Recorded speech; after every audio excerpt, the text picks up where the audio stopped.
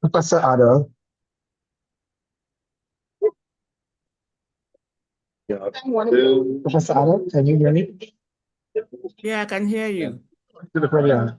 John Professor here. Was the picture taken already? Yes. I need to raise the board. This meeting is called to order.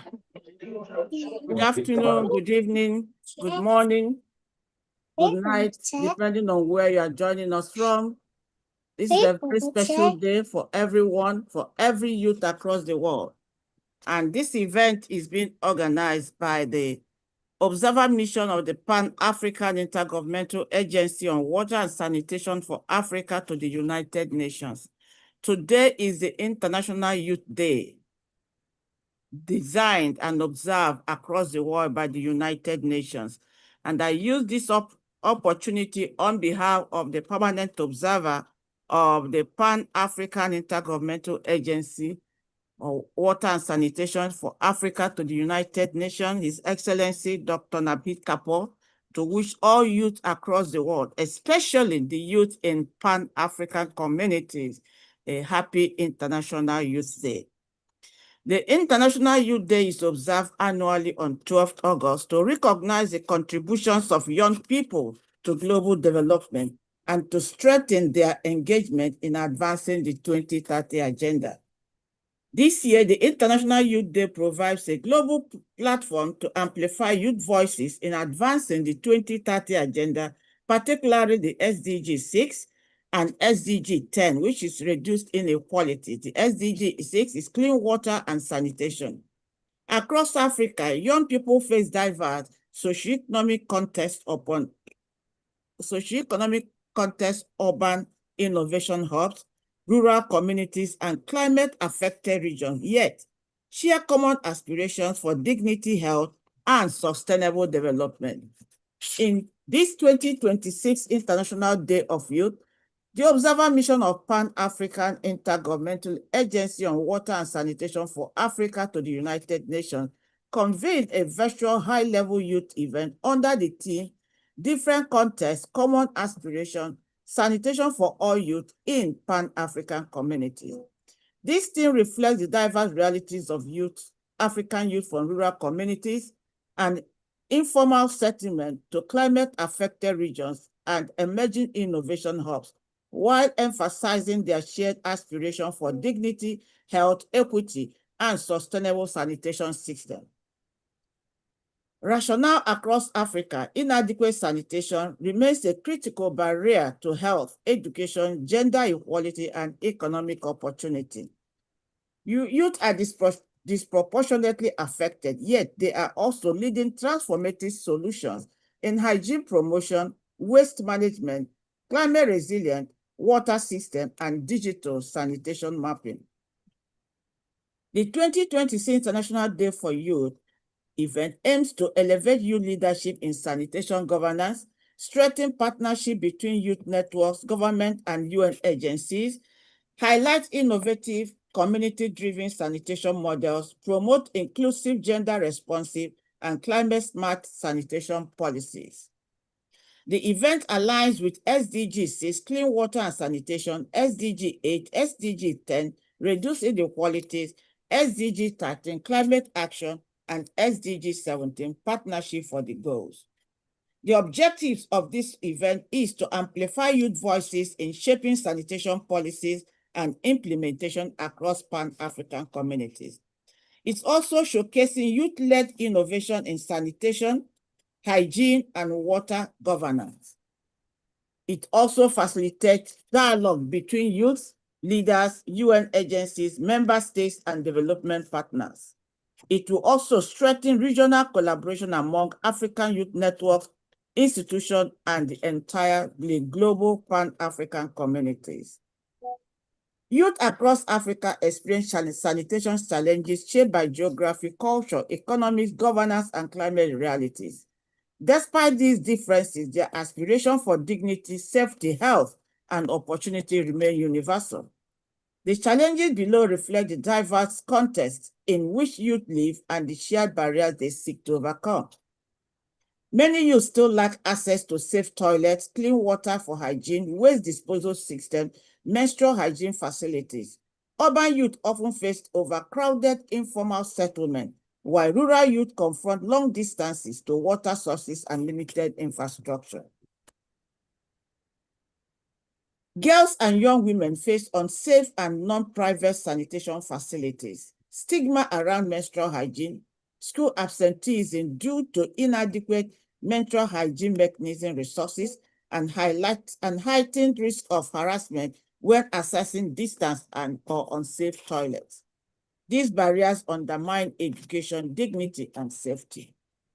Youth frequently report exclusion from decision-making spaces, lack of platforms to influence sanitation policies, minimal representation in local water committees, insufficient recognition of youth-led innovations.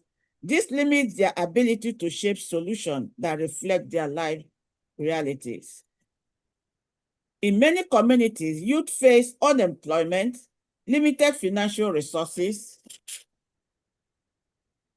inability to afford hygiene products, and lack of funding for youth-led sanitation projects.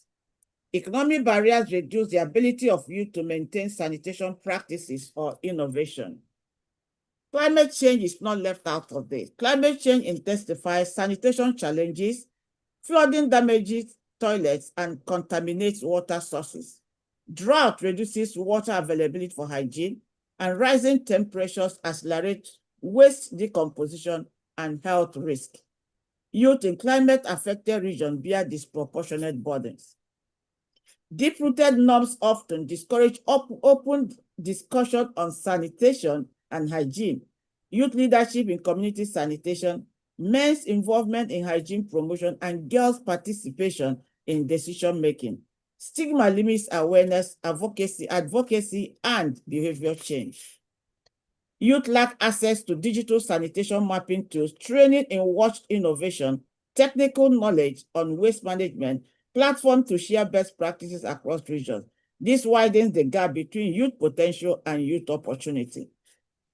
Even where facilities exist, youth face broken and poorly maintained toilets, lack of water for flushing and cleaning, absence of waste collection services, unsafe and unhygienic school sanitation blocks.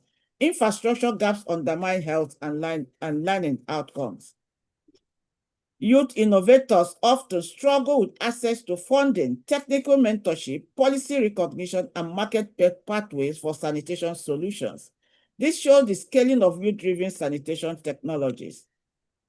Poor sanitation contributes to shame and embarrassment, reduced self-esteem, health risk, diarrhea, infection, menstrual health management complications, school dropouts, and reduced productivity. These impacts shape youth well-being and prospects. Despite diverse challenges, youth across Africa share common aspirations, dignity and safety, clean and functional sanitation facilities, inclusion in decision-making opportunities to innovate healthy environment, gender-responsive solutions, sanitation system, and a future where sanitation is a right, not a privilege. These shared aspirations form the foundation of water and sanitation, Observer Mission of Water and Sanitation Club agenda, positioning youth as leaders, innovators, and custodians of African sanitation transformation.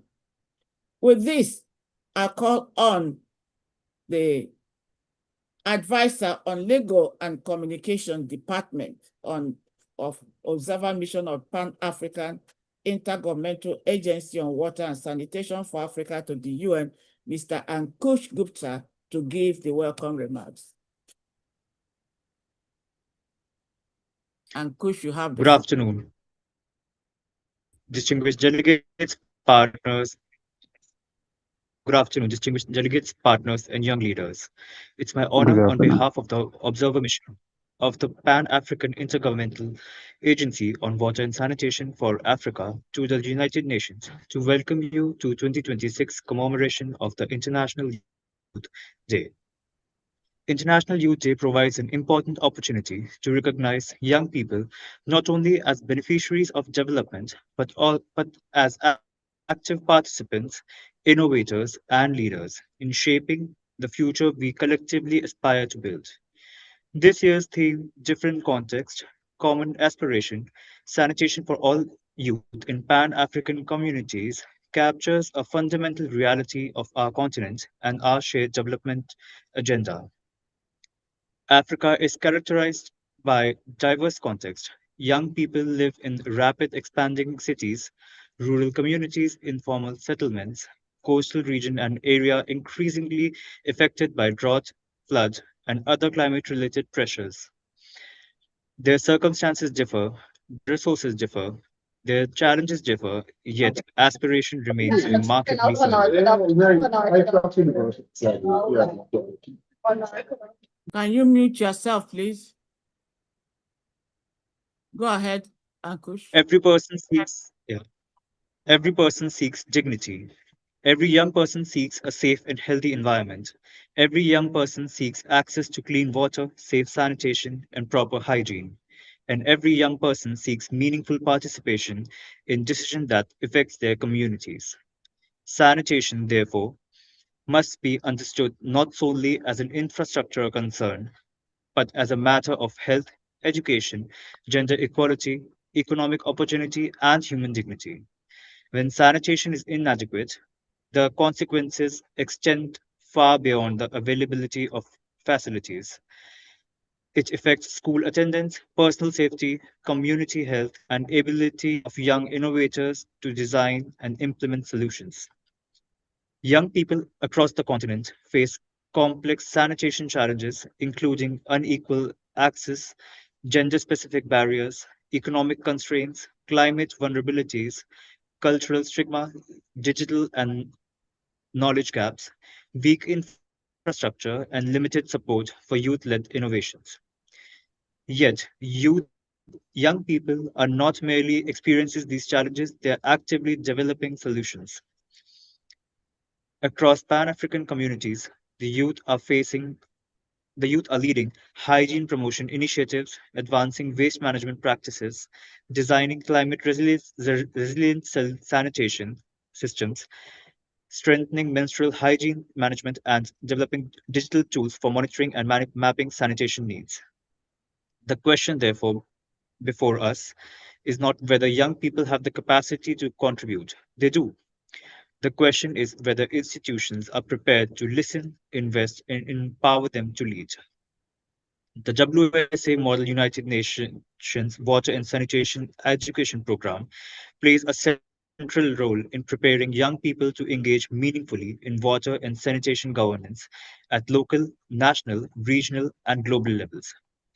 Through this program, the youth gain policy literacy, enabling them to understand national and international WASH frameworks, diplomatic and negotiation skills through simulated UN sessions focused on water and sanitation, exposure to global governance processes, including resolution drafting, consensus building, and multilateral cooperation, analytical capacity through engagement with real data, climate impacts, community sanitation needs, leadership development, empowering youth to articulate solutions and advocate for change.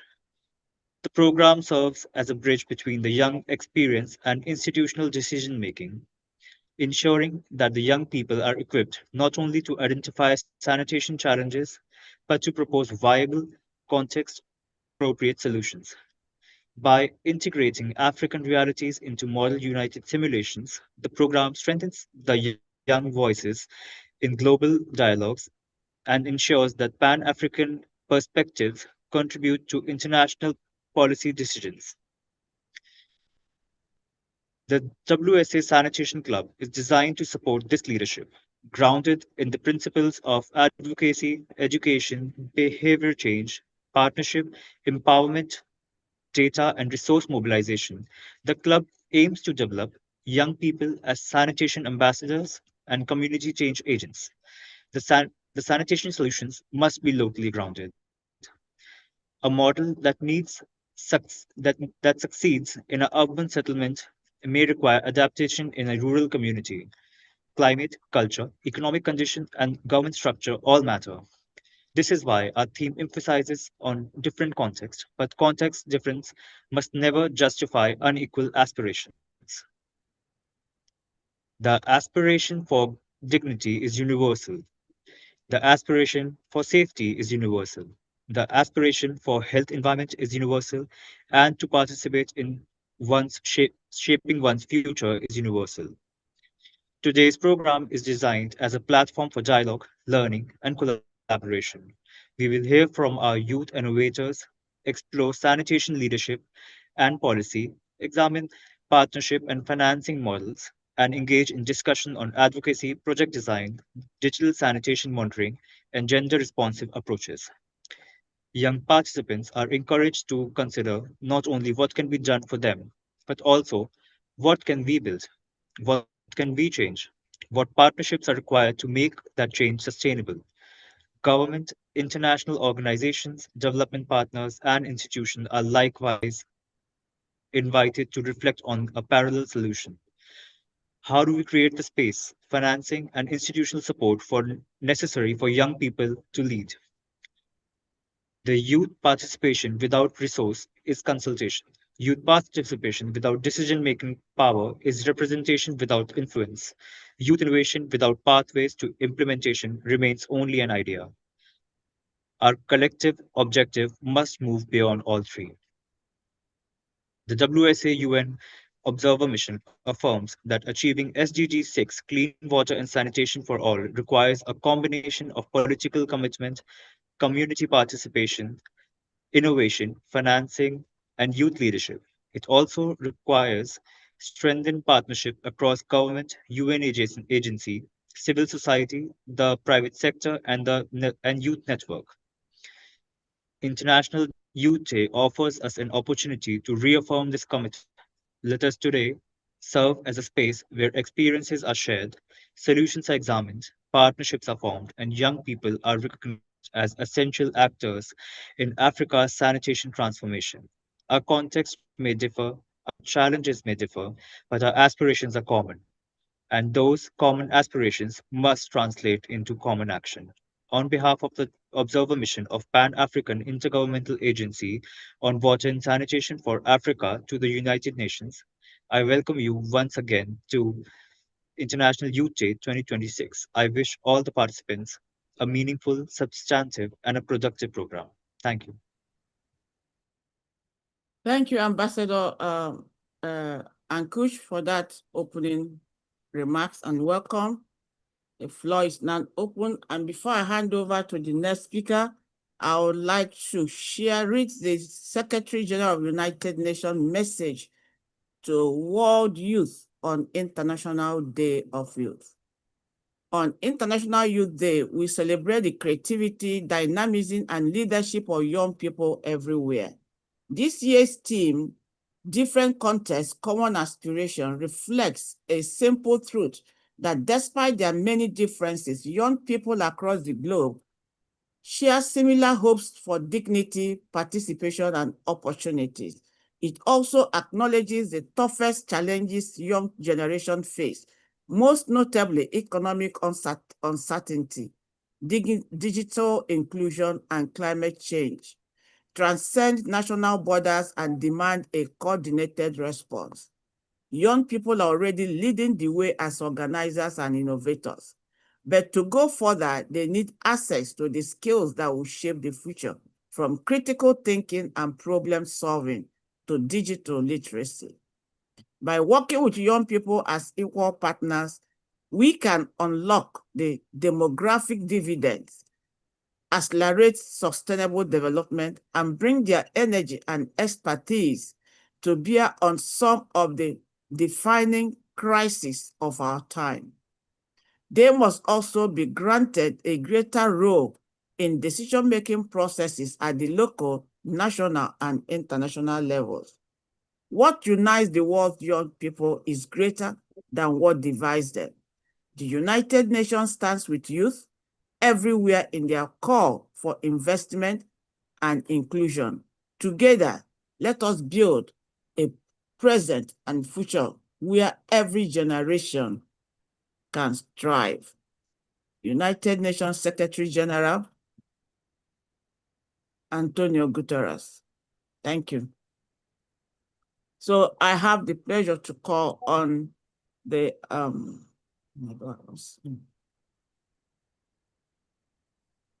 Arav, is it okay? Mr. Arav Sinha of Fortuna Group of Companies from Dubai. You have the floor. Give me a moment to remove Jesus. Thank you, madam. Should I start? Yes. So, good morning, all ambassadors and fellow members present here today. I am Arav Sinha, and I would like to begin with asking everyone here a few questions.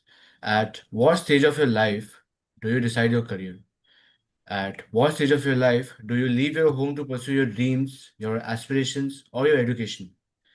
At what stage of your life do you start picking up responsibilities of your family?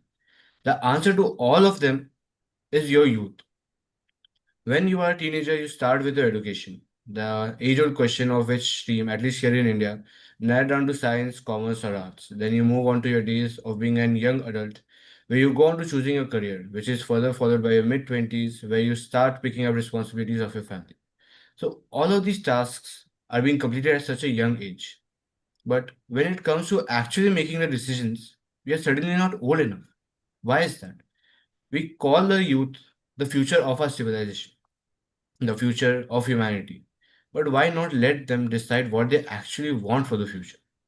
In my community, there is a common phrase which is generally heard from our elders, "Bacha hai, isse kya puchna?"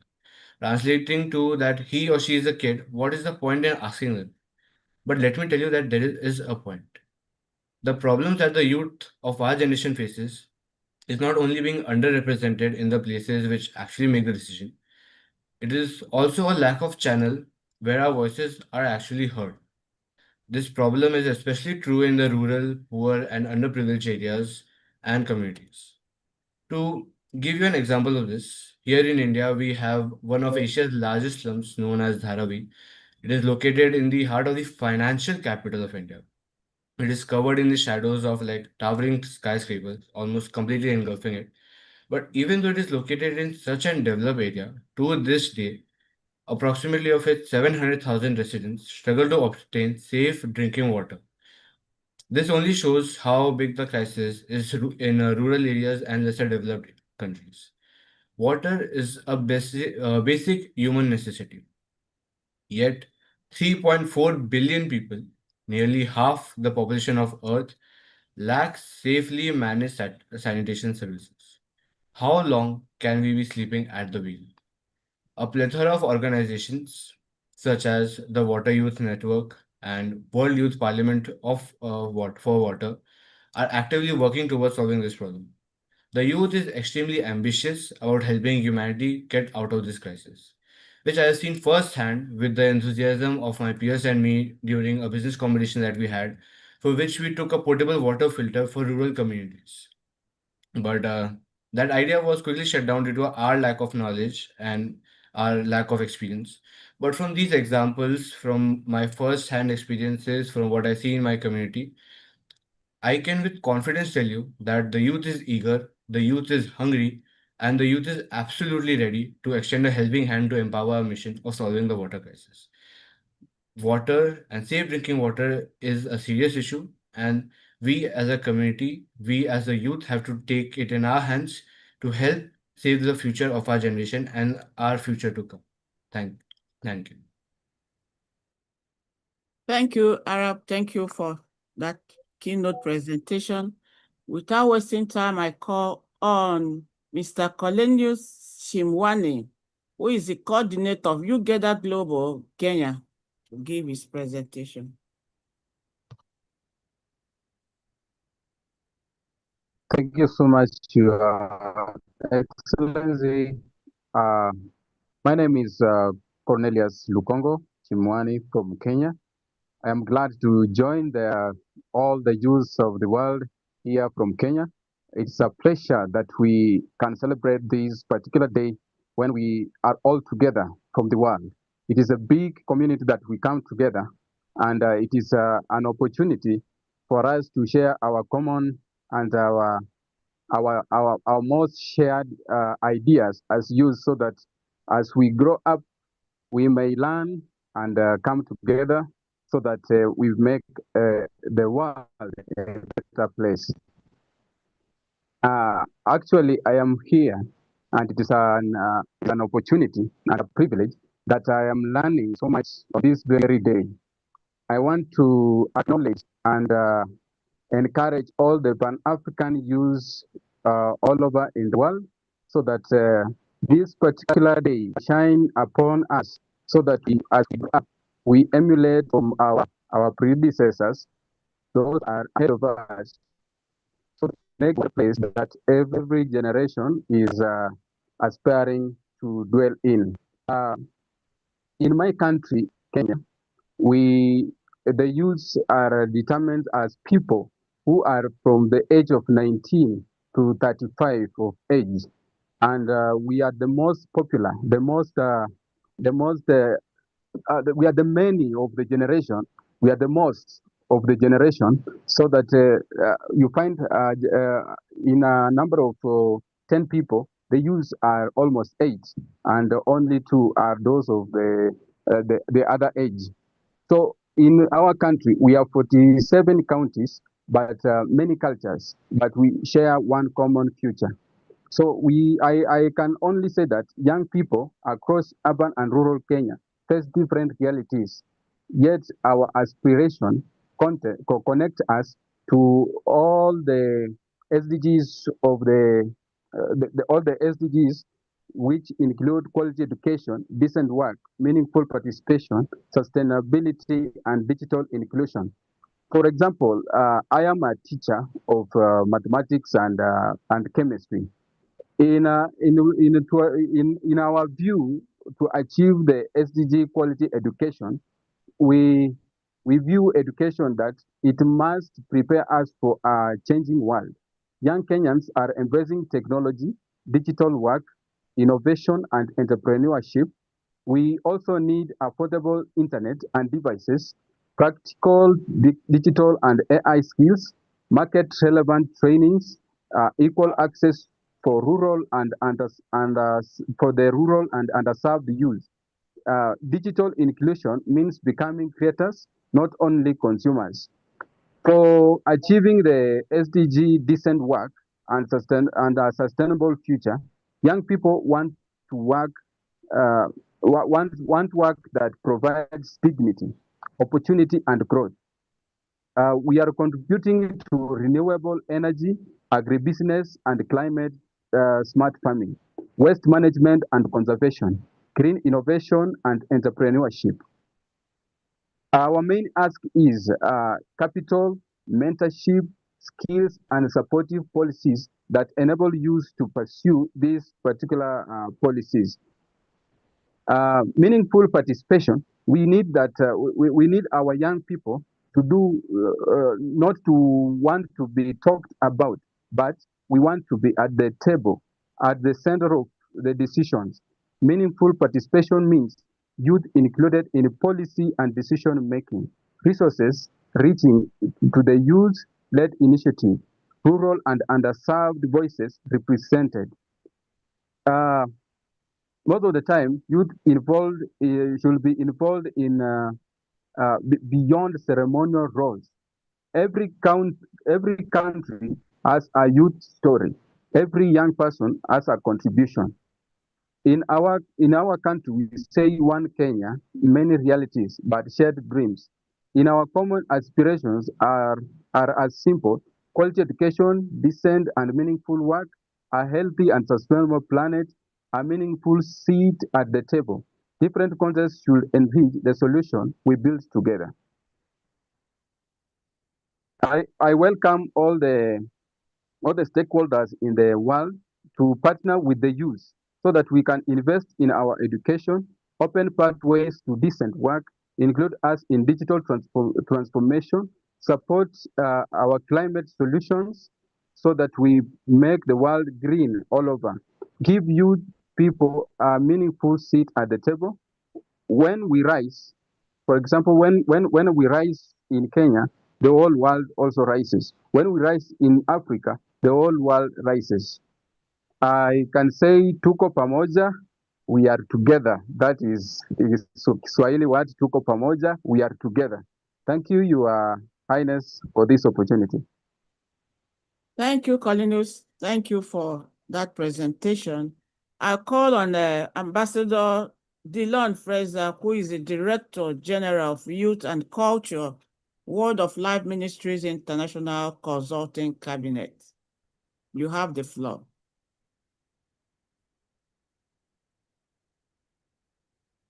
Thank you. Thank you very much, Your Excellencies.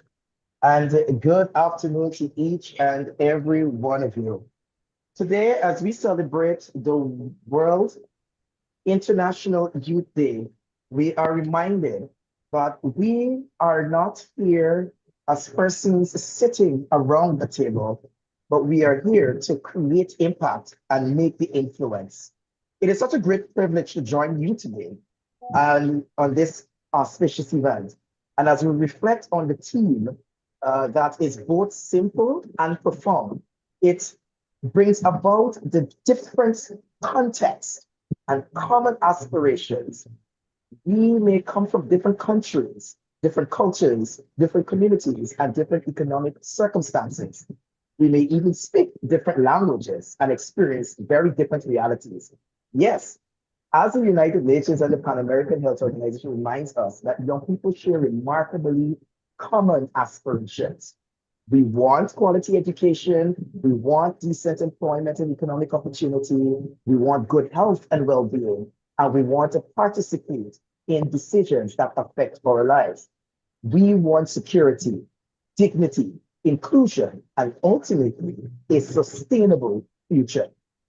But the question before us is therefore not whether young people have aspirations. The question is whether the system around us are creating the conditions for those aspirations to become a reality. And when we look at it in context, UNDESA similarly emphasizes that young people across different countries share aspirations for education, decent work, health participation, and a better future, even though their circumstances may differ greatly. And that brings me to an issue that sometimes are usually overlooked in conversations about young people and youth empowerment. When we hear the word sanitation and health, some may immediately think about toilets and drains and garbage collection or wastewater. But sanitation is much bigger. And let's give context to this. Sanitation is about dignity, it's about health, it's about education, gender equality, and it's about environment sustainability. And sanitation is about health and human development. So United Nations Sustainable Development Goal 6 calls for the universal and equitable access to safe waters, sanitation, and hygiene. In particular, SDG target 6.2 calls for adequate and equitable sanitation and hygiene for every person, with particular attention to women, girls, women, and even vulnerable situations. And the urgency is real, colleagues. The urgency is real. And when we talk about young people and what they can do, it is my belief that there are 5 areas that young people across the Americas can become powerful agents of change. Youth-led sanitation education, where young people can become sanitation ambassadors, schools, universities, workplace, and communities. We can use social media, music and sport, theater, and digital storytelling to make sanitation and hygiene part of everyday conversations. Imagine youth organizations across the Americas launching a common campaign, Clean Communities, healthy youths. Students could organize sanitation awareness days, hygiene, demonstration, community cleanups, and educational campaign. The objective should be to make sanitation not simply a government message, but a youth culture. And then we can also focus our attention on some youth innovations. Across the world, young people are among the world's greatest users and creators of technology. So why should we not apply the creativity to sanitation? Young innovators can develop applications that allow communities to report on high overflowing drains, illegal dumping, damaged sanitation facilities, pollution, unsafe water points, and environmental.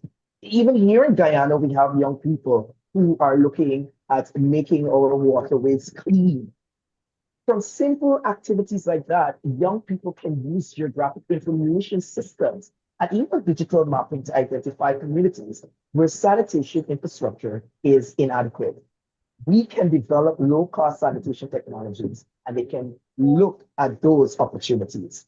And this connects directly with the Sustainable Development Goal 9, which looks at industry and innovation and infrastructure. As all the SDGs are interconnected and more organismic in nature. So the challenge is to move young people from simply being users of the technology to becoming creators of the solution.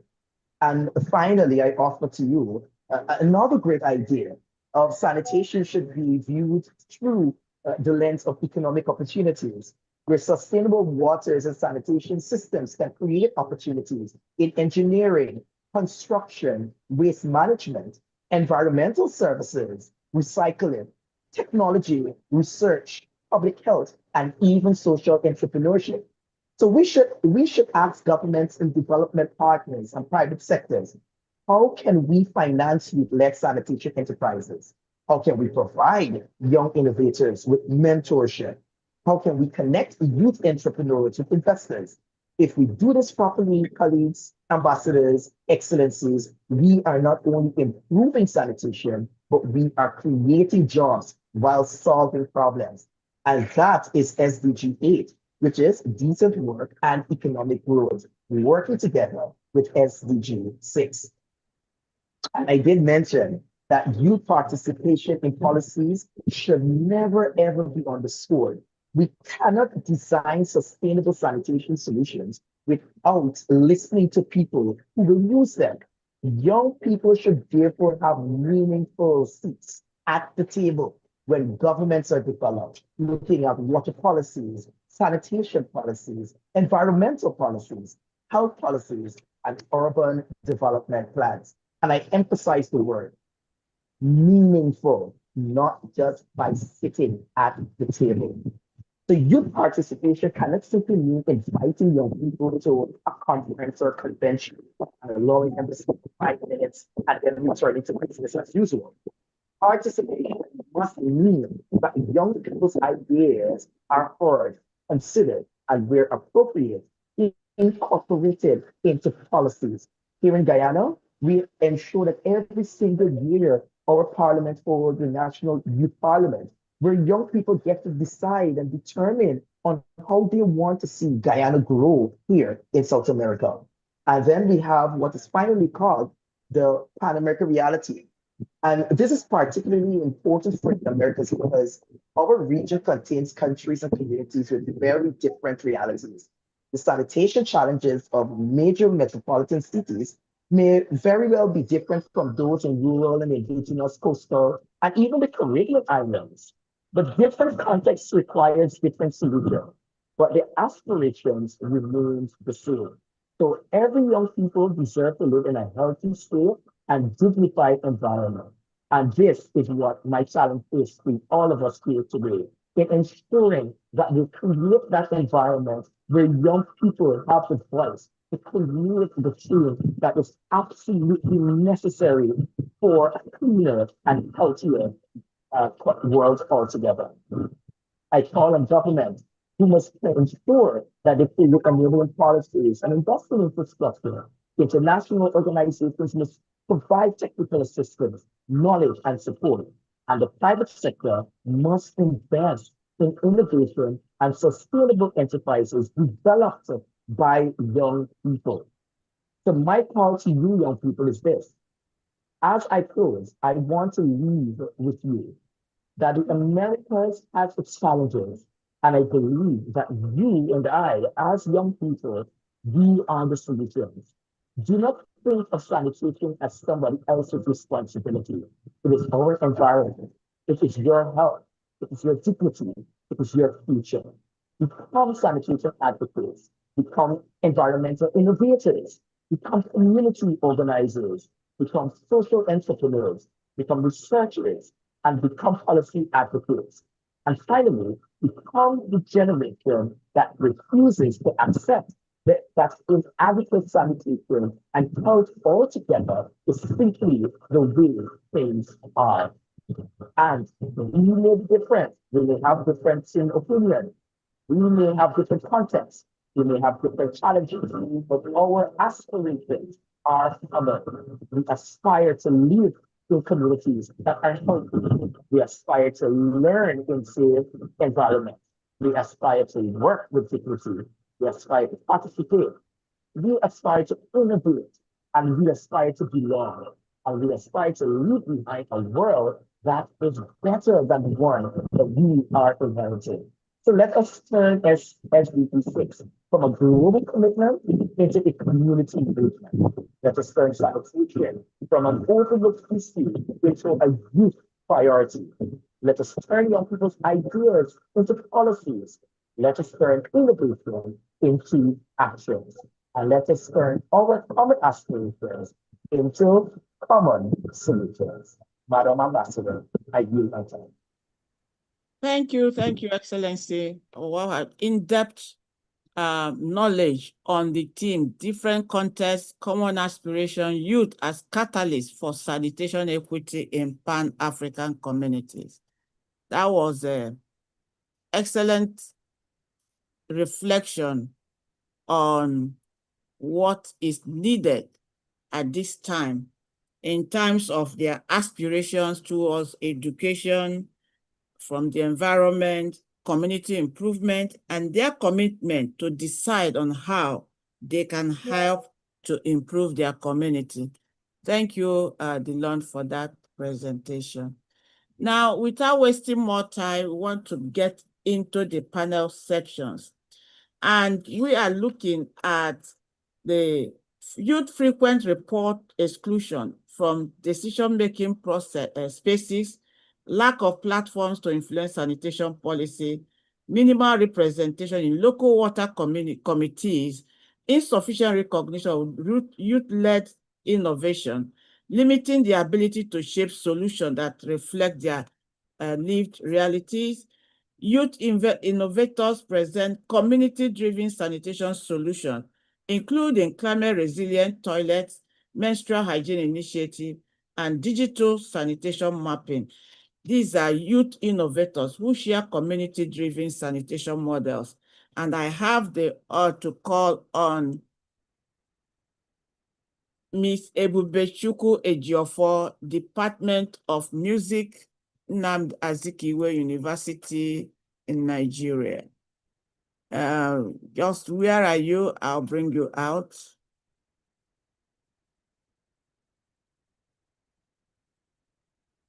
And also, Adepinola Dehimbo, Department of Youth, Walmart ICC, London, and Ms. Chiamaka Mary Assumpta Anene of Omonia Youth Sustainable Network. I'm searching for you guys. I can see Amaka here. I'll bring you out. Yes. Then which other person? Adepolun, all right? Sorry, I can't pronounce your name.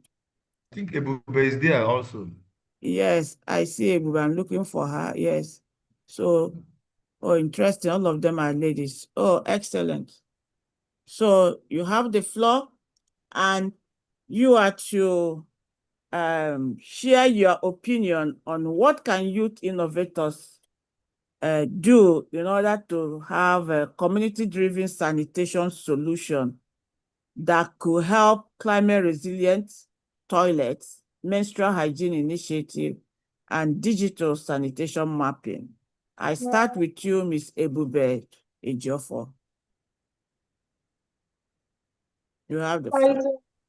Thank you, Ma. Greetings, everyone. Good evening. Excellencies, distinguished panel members, esteemed scholars, and delegates, all protocols duly observed.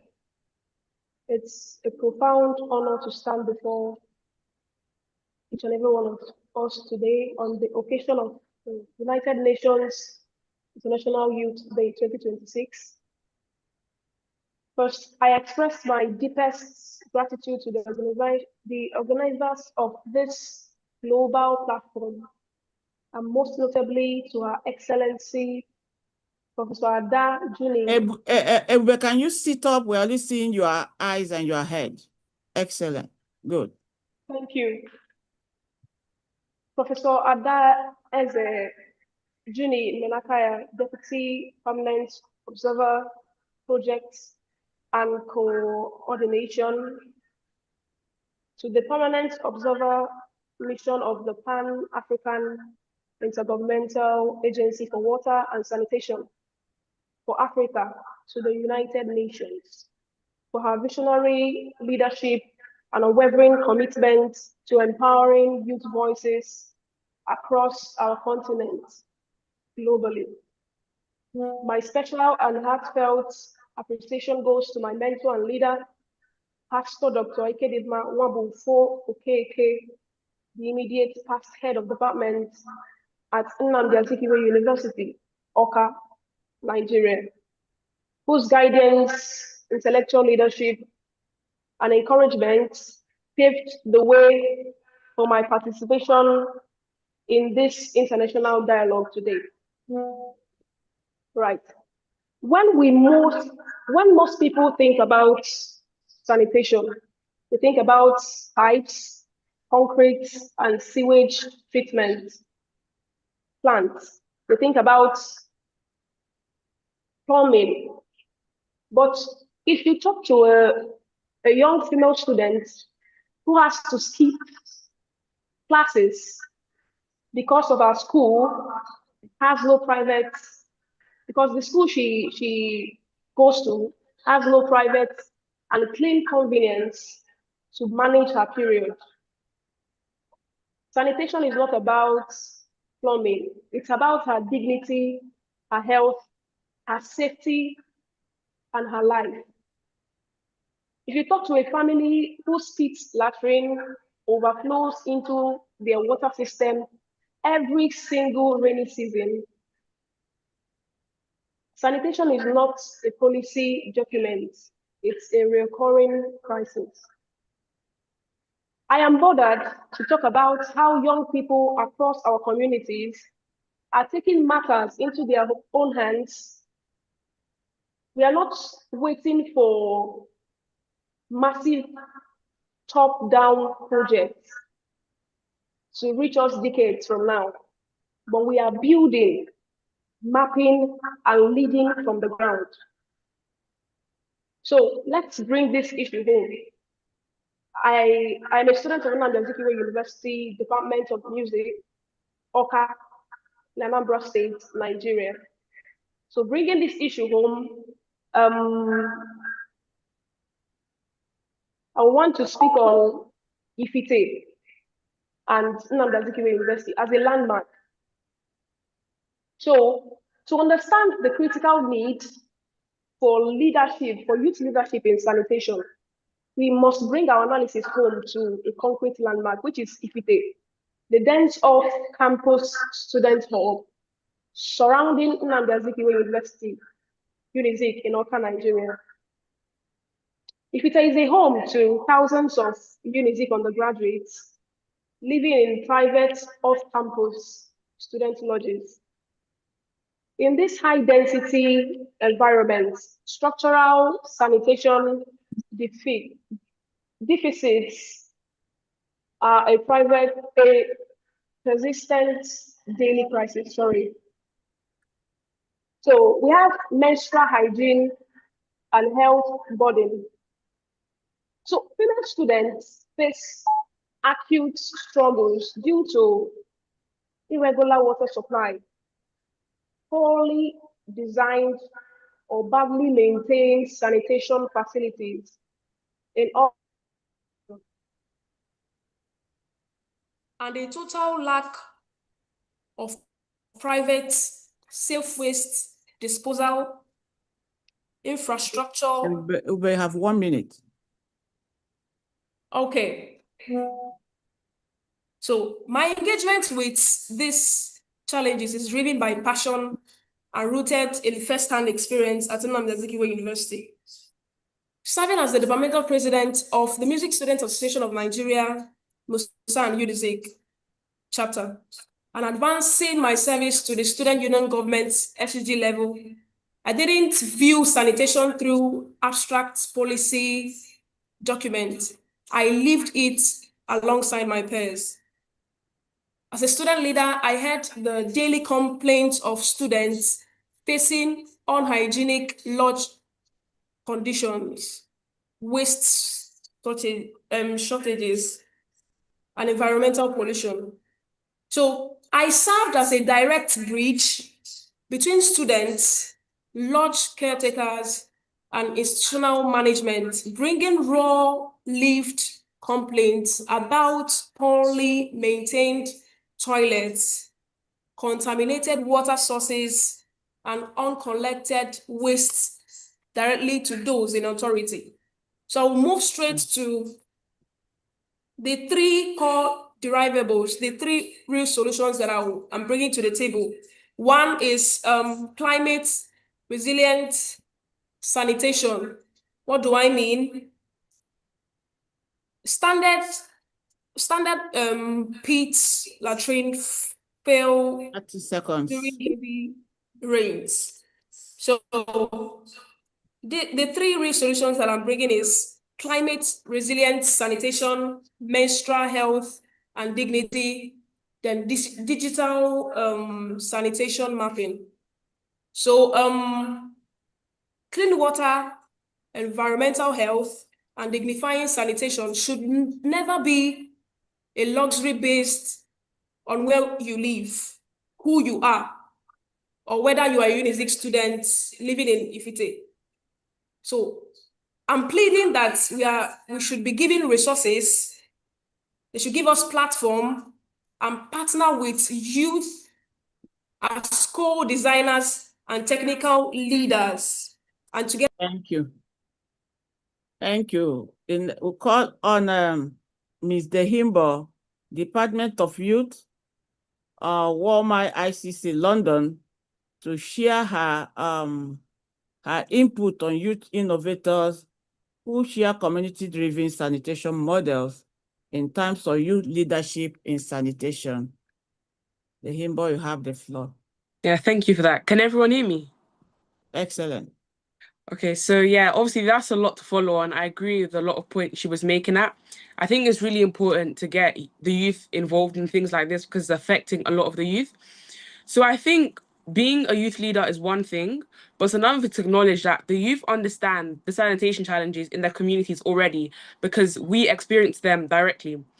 We should move from asking what can be done from young people to what solutions can young people design and lead. Youth-led initiatives can bring creativity, technology, advocacy, and local knowledge together.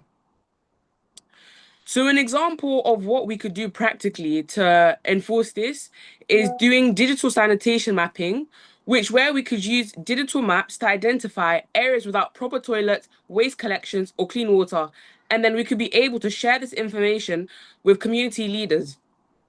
And given that we're in an era where the use of artificial intelligence and technology is on the rise, it will be more effective to be using technology to help people in need. Another thing that we could implement are sanitation awareness campaigns, such as today, just gathering together in a group and discussing major issues are a big step forward towards helping others, as some people don't even know that they need help. Working with local leaders. So youth innovators, we could present our ideas to schools, councils, NGOs, and community leaders, and we can help turn them into successful ideas and real projects.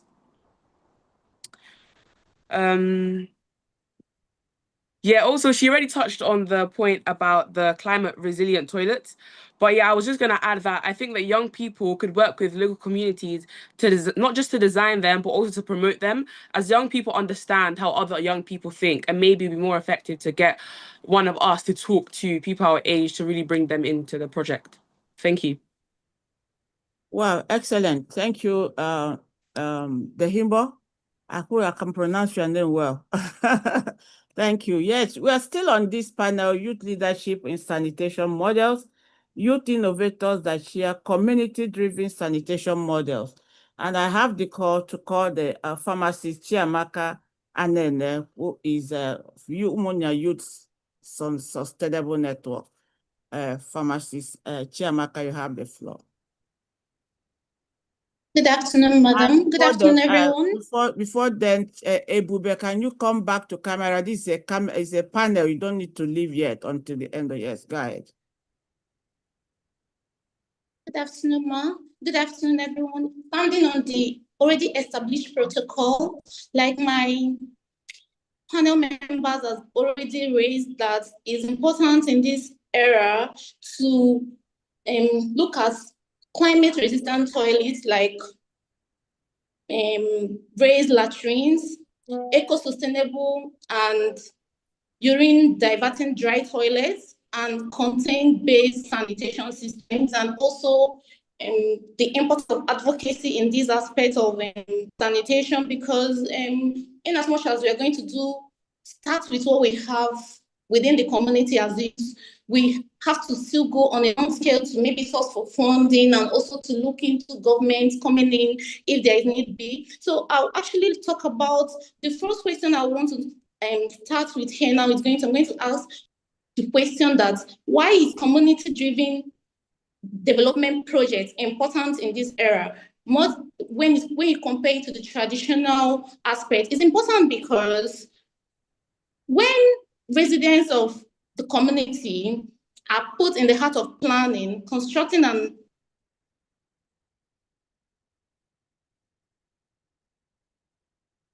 network has not been giving her, and network has not been giving her comfort. in the design of sanitation systems, they not only feel a sense of ownership, also see better maintenance and solutions that last for decades. So these solutions become part of them. So I'm going to emphasize the aspect of mapping, that is digital sanitation mapping as a smart sanitation, because here I believe that we as youth are going to form a group and go out within the community to identify the areas where these pit latrines, these or open defecations is being carried out. And when we're able to identify those, we can actually make this data and collect it and then go maybe to our local government agencies, like maybe the local government or the state government, to bring them in for them to identify these defecation sites and things that can actually cause nuisance, because like we know,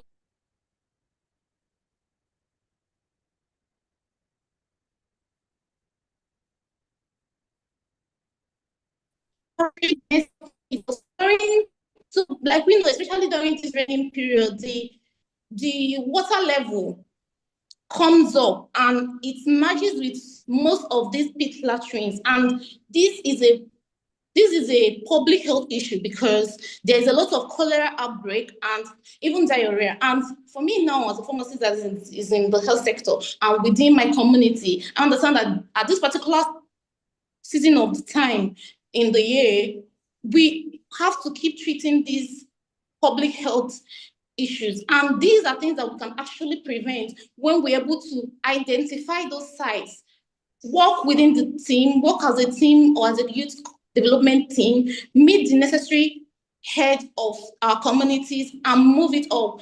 Maybe try to scale it up to know if we can actually get incentives and how government can actually identify it. And we can also do what we call tracking, where sensors can also be added to put in all these latrines to help notify the government when they are full. And if there's large population of people using a particular latrine, it can actually, there might be need for them to, maybe we have to raise advocacy for them to maybe come in and construct a new one, which we can actually start by ourselves. And if funding is not sufficient, we can actually then move out again for more funds. Then again, another important thing I will also want to talk about is when it comes to the menstrual hygiene aspect of it. I believe that within the community, when the community picks menstrual hygiene as an initiative. They look at their wash system.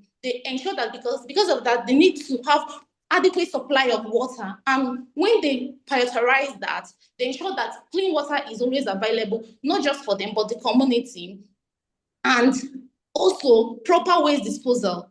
There will be need for proper waste disposal. And the community set up this, we as youth, we organize maybe strategic points where this where these sanitary pads can actually be disposed. And if need be, they can actually be recycled, because if the community as a youth, we come and maybe develop and get an initiative where we can actually bring in reusable usable materials for this sanitary pad, we can actually use it and maybe cook for the young ones that need them. And it can also be a source of funding, because we can actually get money when we get all this, and this can actually be recycled within the community, thereby just benefiting both the young ones and even the community at large, because whatever money that is gotten from these the sales of all this is also recycled within the community.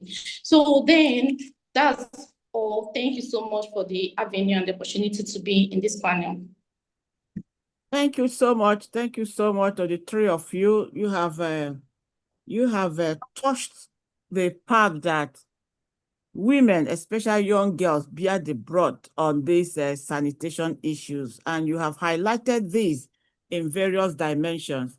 So what we need to do is to get up to see how best to develop these models into active implementation abilities to help take out the message to Pan-African communities. So I thank you, three of you, the Himbo from London,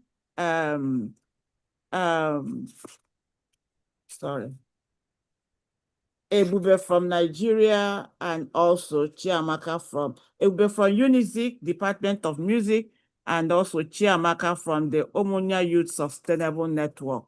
Thank you for your sharing these models. Sorry, I need to remove you right now.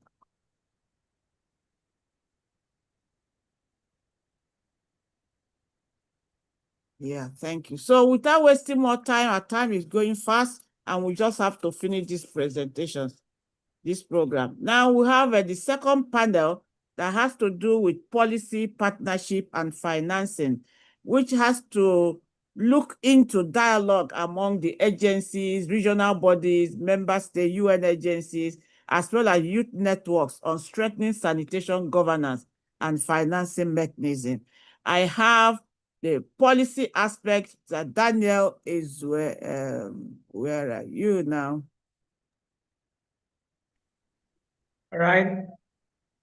Yes. Good evening. Good Hold on. Okay. I have Randy Kofi. Daniel Ezue is from Department of Music, Nnamdi Azikiwe University. We have Randy Kofi from the Colors Foundation, Ghana. Where are you? Can you show yourself? Please, Yes, I need to spot you out. Okay. Okay, and then we have Nana Kwasi.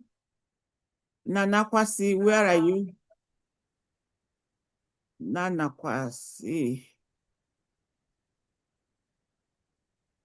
Nana, can you indicate your hand up so I can look, I can get you on? I'm here. Okay. And also we have Tiffany Pacho.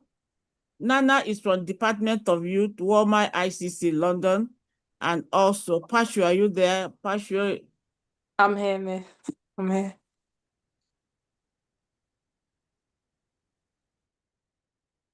Yes, I see you.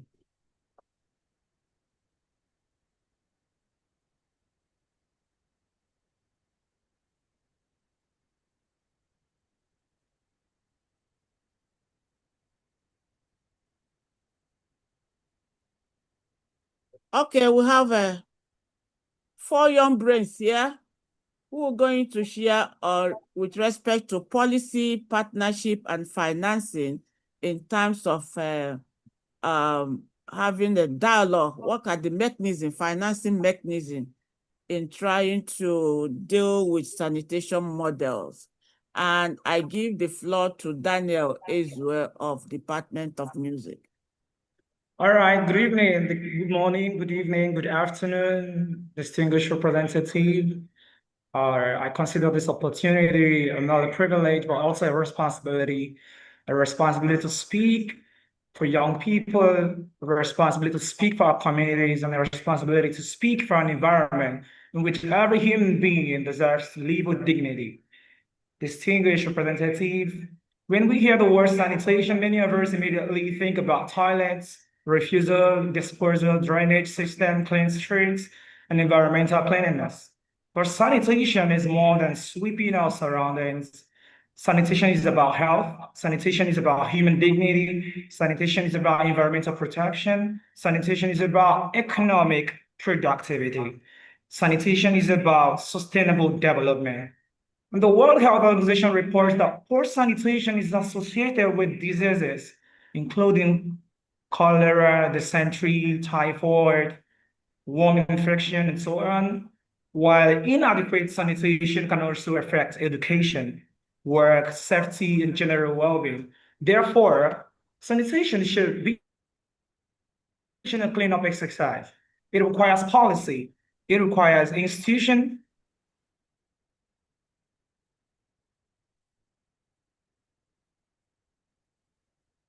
Before us today is therefore not simply how do we keep our environment clean?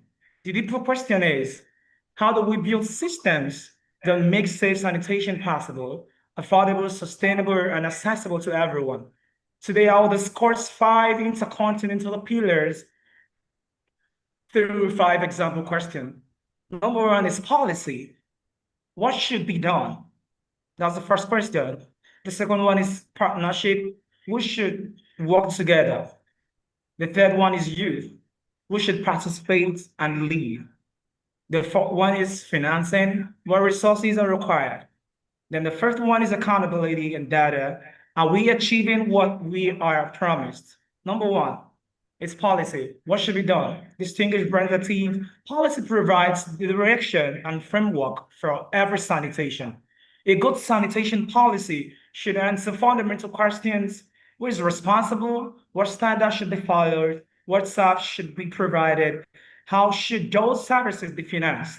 How should implementation be monitored? And what happens when standards are not met?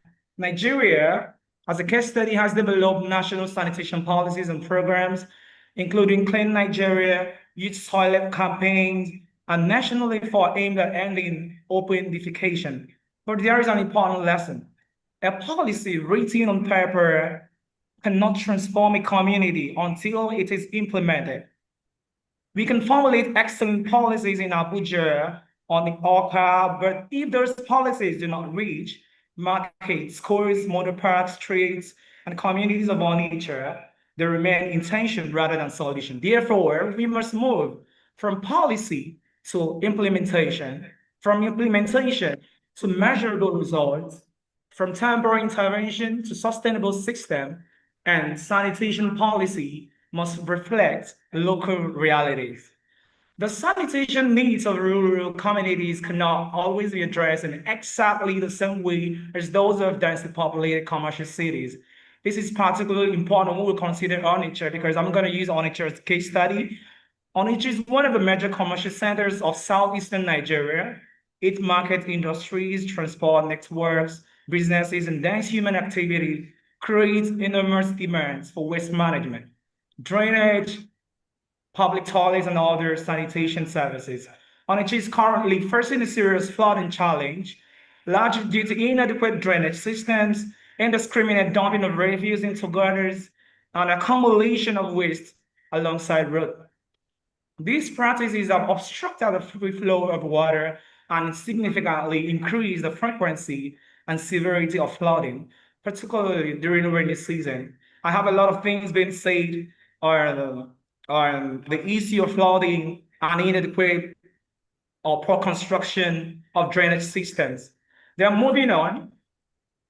Therefore, sanitation planning for nature must address, number one, solid waste collections and disposal, drainage, construction and maintenance, wastewater and fiscal load management, market sanitation in schools and health facilities, fluoride risk reduction, environmental education, effective enforcement, and sanitation standards.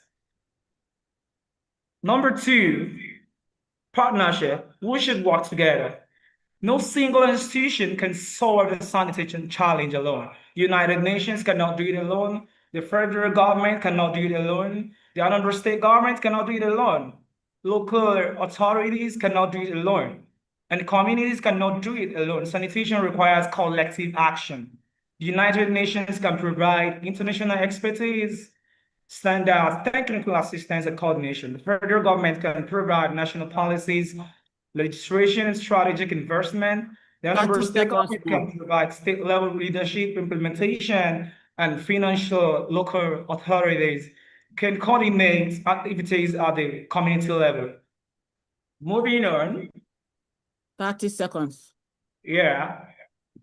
A meaningful partnership must have a common objective, a common adequate resources, effective communication, accountability. Government must provide leadership, the private sector must bring in innovations, researchers must provide evidences, community must participate, and young people must be given meaningful opportunity to contribute. Number three is youth, from participation to leadership. Young people are often described as leaders of tomorrow, but sanitation challenges are not waiting for tomorrow.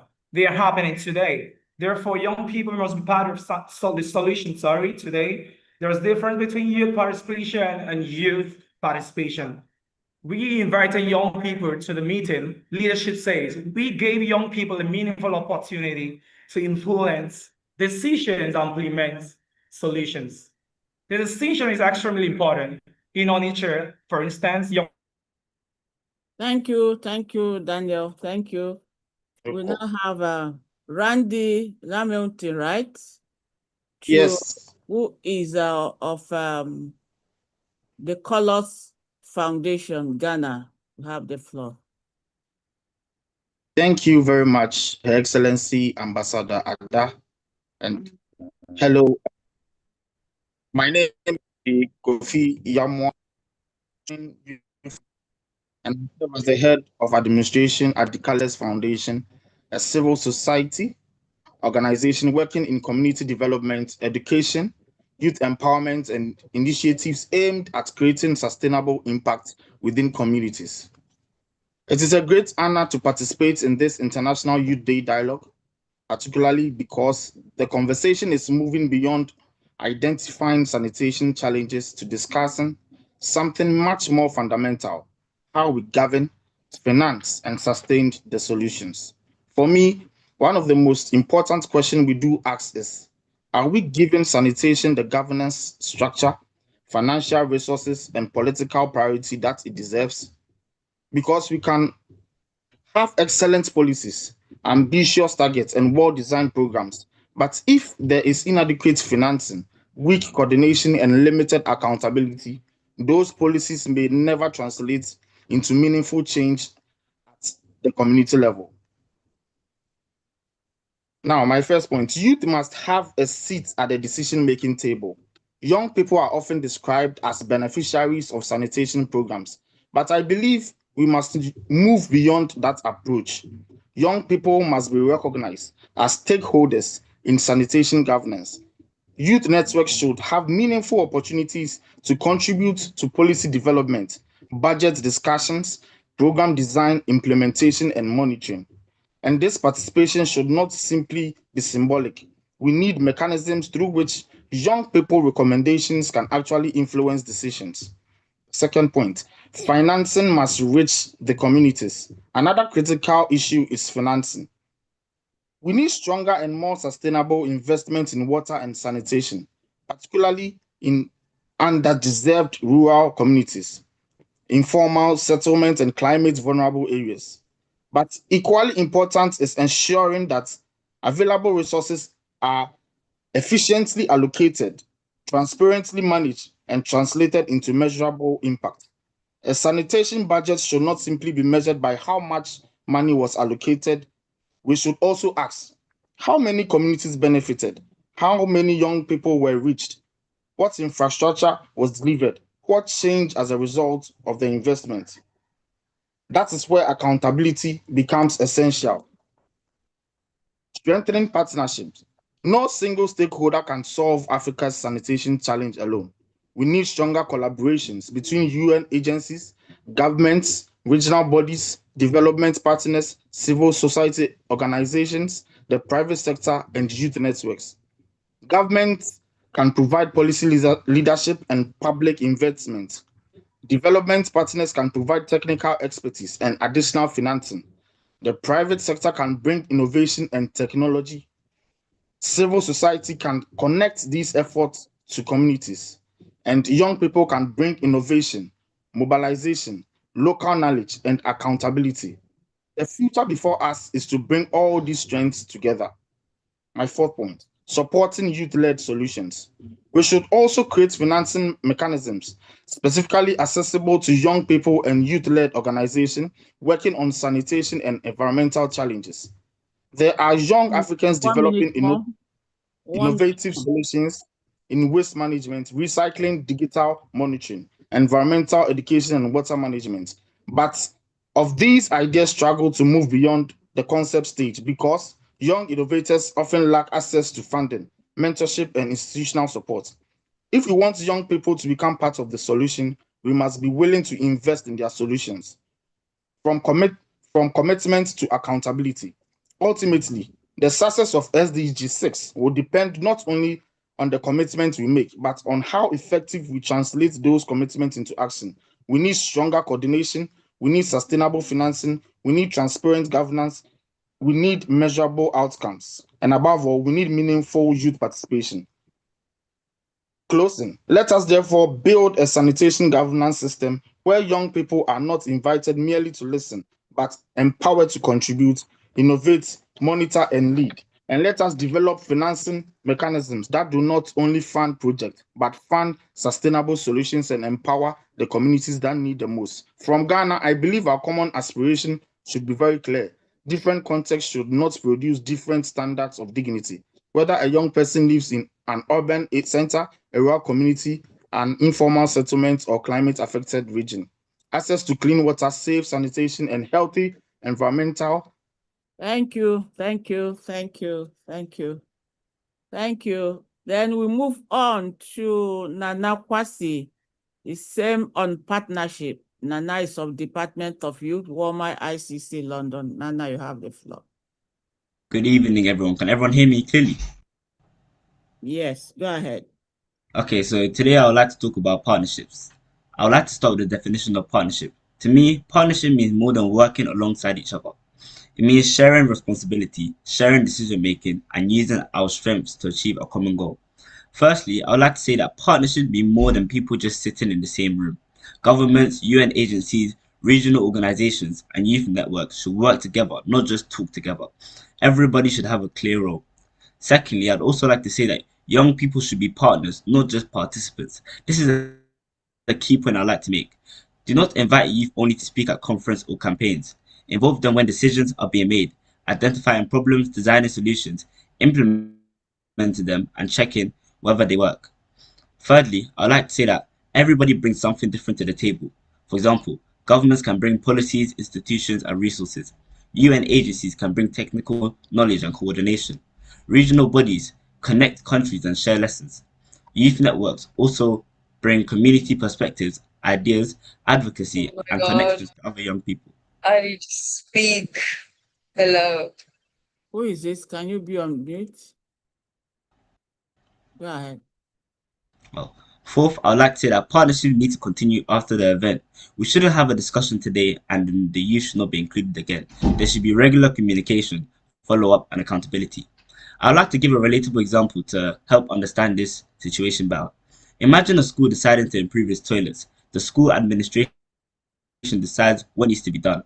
A donor provides money. An engineer designs the facilities. but nobody asks the students what the actual problem is.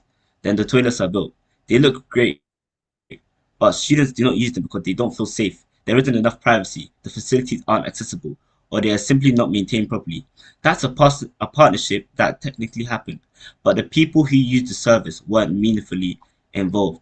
Now imagine the school involves the students from the beginning. This is where the youth comes in. Students explain what isn't working. The administration brings the resources and authority. Technical experts help to design the solution. Students help monitor whether the facilities remain unusable. That's the kind of partnership we should be talking about in sanitation. The lesson is simple. You cannot design good sanitation solutions for people without listening to the people who actually use the sanitation. Partnership isn't just about having a seat at the table. It is about having a voice in what happens at the table. Thank you. Thank you, Nana. That's wonderful. You did well within your 5 minutes. Then financing, I have to call on Tiffany Pasio to share her own input, strengthening sanitation, governance, and financing mechanism.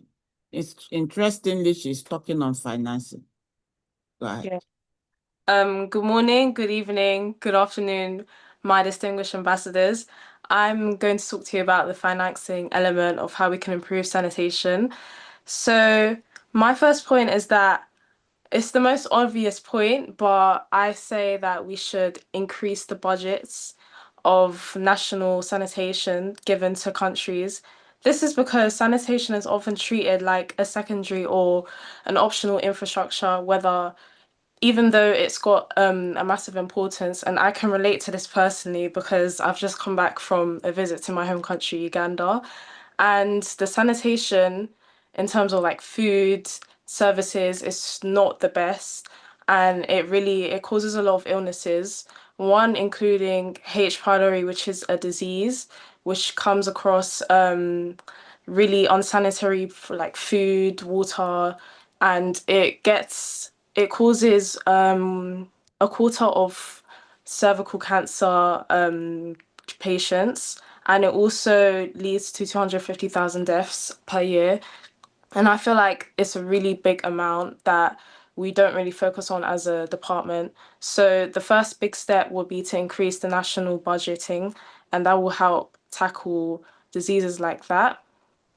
And I'd also like to add that although adding more finances would help, we need to make sure that it's being directed to the right places.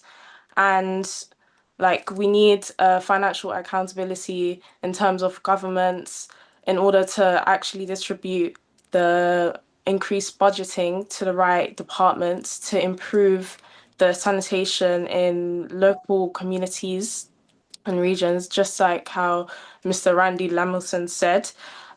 Without the financing alone won't help. You also need to like have the accountability to distribute it so that it actually goes to people in need and not other places. So sanitation qualities and standards will improve. Furthermore, we should put equity and young people at the center of financing decisions. This is because young people's experiences are unique to other people, and they have a viewpoint that will reflect more people in order to help them personally.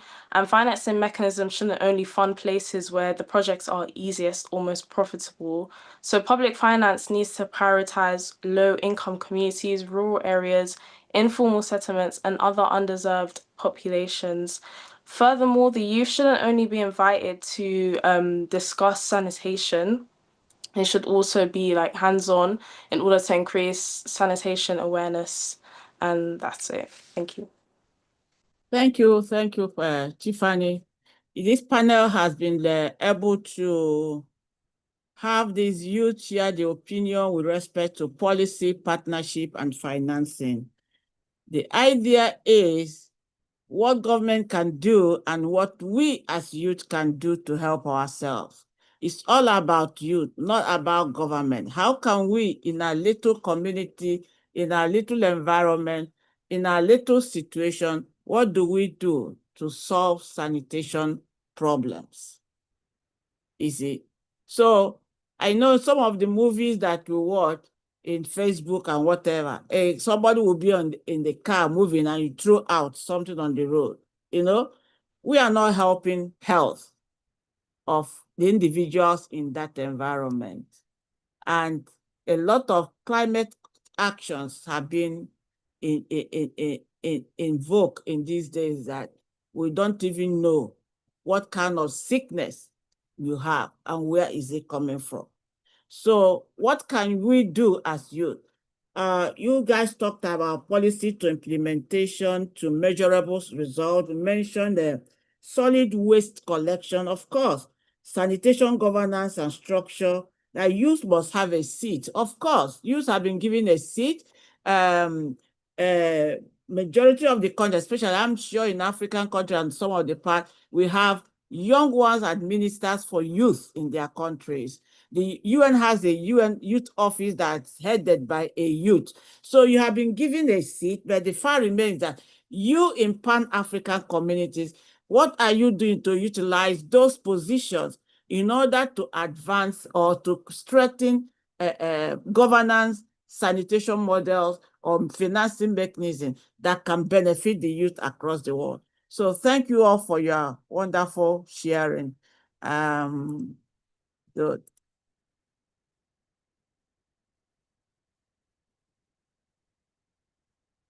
Yeah.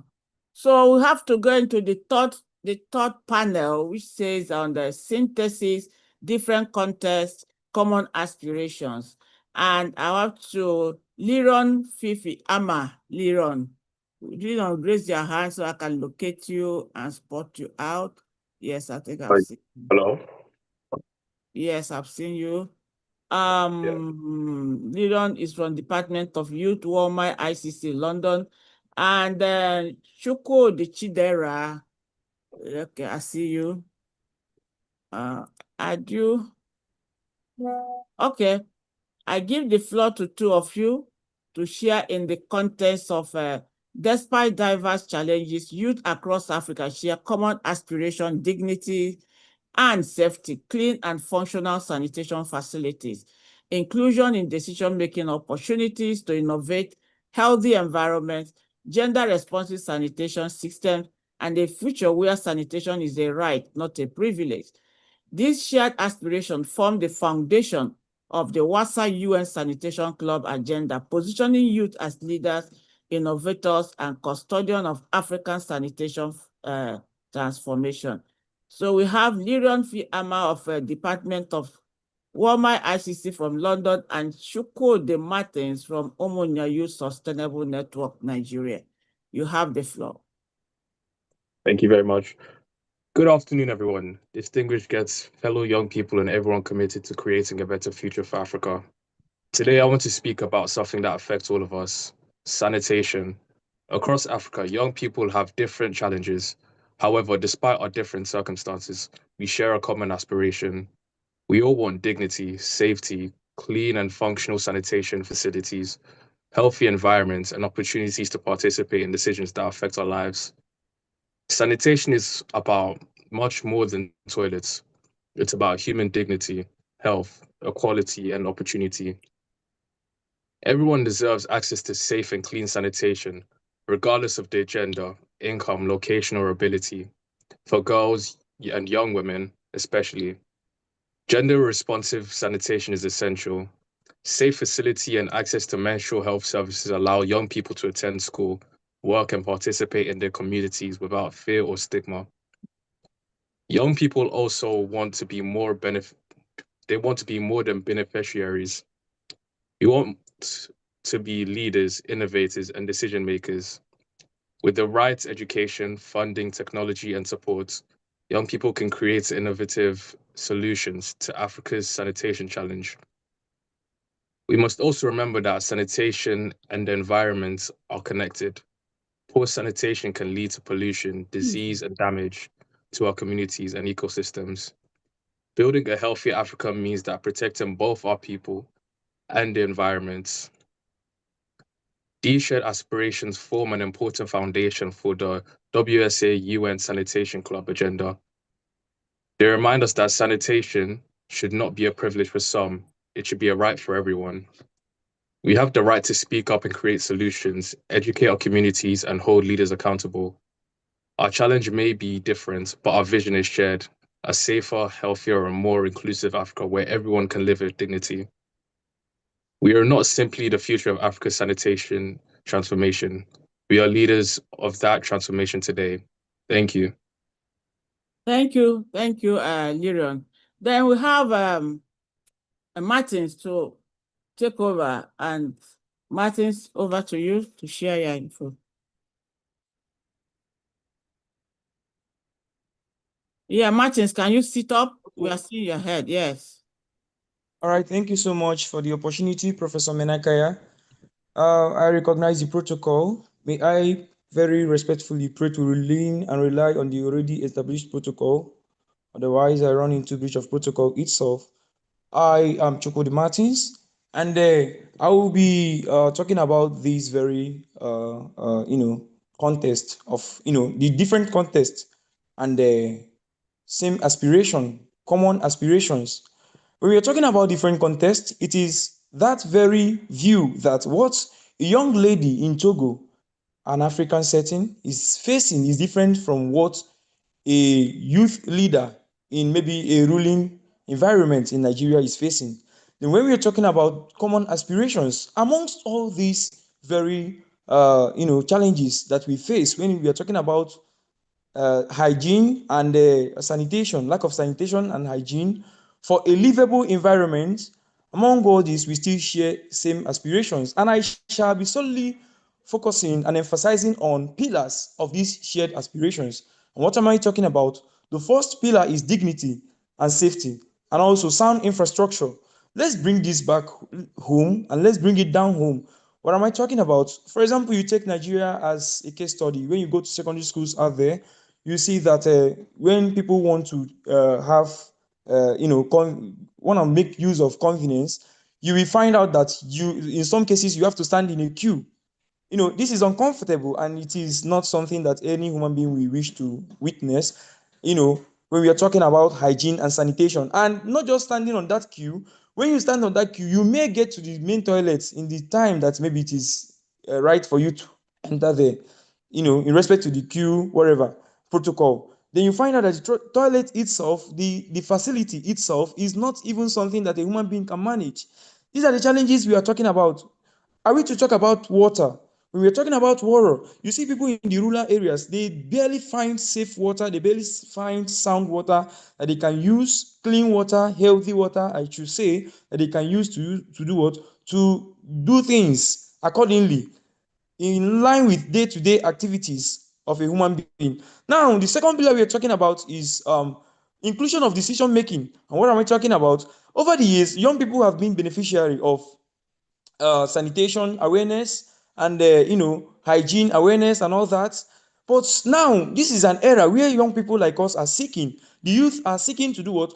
To have a seat in the table where policies are being made in the government level and otherwise, where policies are being made, be it government sectors and all that, so that youth can have a hand and have a chance to participate heavily in the change that we are craving for, the change that we have so much longed and desired. Now, when we are talking about these pillars, we cannot do away with sanitation as a fundamental right and not a privilege. What am I talking about? When we are talking about sanitation as a fundamental right and not a privilege, sanitation is something that should be due for all human beings. It is something that should be due for a human being so that the human being can have a livable environment and not otherwise. Sanitation should never be a favor. A safe and sound infrastructure facilities should not be a favor and not a privilege. We are dreaming for a situation whereby a young lady will not be forced out of school because of circumstances. And what are we talking about? Because of her biology as a lady, or a situation where youths cannot, because of they are seeking for hygiene, meet violence of any kind. This is the world we want to belong to. This is what we are seeking for. Then action. When we are talking about call for action in this very context, we are talking about how we are pleading, seeking, and requesting that United Nations agencies, of course, we have a lot of agencies that are doing well already, but we need more hands, more capable hands, private sectors, private partners, managers and all that, non-governmental organizations as well, to do what? To help us to build a livable environment. This is what we seek, and this is what is essential. That is why this very theme of this Youth Day program 2026, August 12th, is very much timely, commendable, comely, and mind-blowing, as the case may be. Gentlemen, then, as we celebrate this very Youth Day today, it is our wish, and it is a request, and it is something that we must take a step to see that a young girl child is not driven out of school because of her biology, to see that a young girl child is respected, to see that her dignity is due to her. Are we to talk about issues of menstrual management and all that? This is what we are seeking for: a safe hygiene, a sound hygiene management and all that, a safe environment where the youths can live and be comfortable in the environment. Gentlemen, why we celebrate this International Youth Day, we as well, I would like to remind us that it should ring to our mind that we have an obligation, we have a duty to do what? To build a safe and a sound environment. 30 minutes, 30 seconds. Thank you so much. We should build a sound environment that will be livable, for the society. Thank you so much. And for the youths, precisely. Thank you. And the last on this panel is Ms. Handa, who is of Fortuna Group of Companies, Dubai. Handa, you have the floor. Thank you so much, ma'am. Distinguished delegates and fellow panelists, and the leader of tomorrow, good afternoon. It is an absolute honor to stand before you today at the panel discussion 3. My name is Ayuni Handa, and in my time serving as a head of delegate affairs for the Model United Nations, I have watched thousands of young-minded delegates that addressed the world's most pressing crisis. We often talk about borders, economics, and diplomacy, but today we are here to talk about something which is much more fundamental to the human experience. We are here to talk about dignity. We are here to talk about something which relates to everybody. We are here to talk about sanitation. When we look across the vast and vibrant continent of Africa, it is easy to focus on the diversity of its challenges. Different nations, different economies, different geographies. But if you listen closely to the heartbeat of Africa's youth, you do not hear diversion. You hear the powerful, unified symphony of common aspirations. Despite the varied landscape they called home, the youth of Africa and the youth of around the world share a single uncompromising vision for their future. They're demanding clean, functional, and safe sanitation facilities. They're calling for gender-responsive system so that no young girl has to compromise her education on her safety just because of her biology. But their vision goes far and beyond basic infrastructure.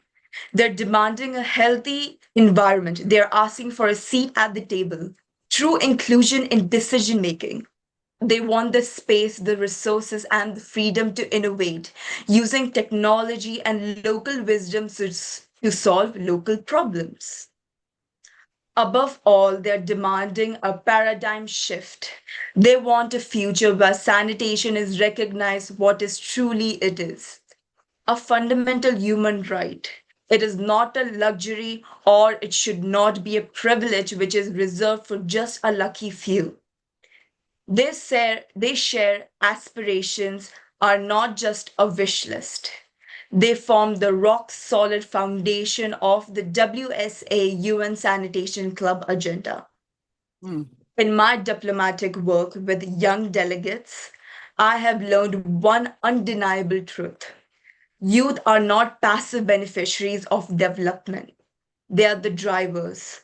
The WSA UN agenda recognizes this by positioning young people exactly where they belong.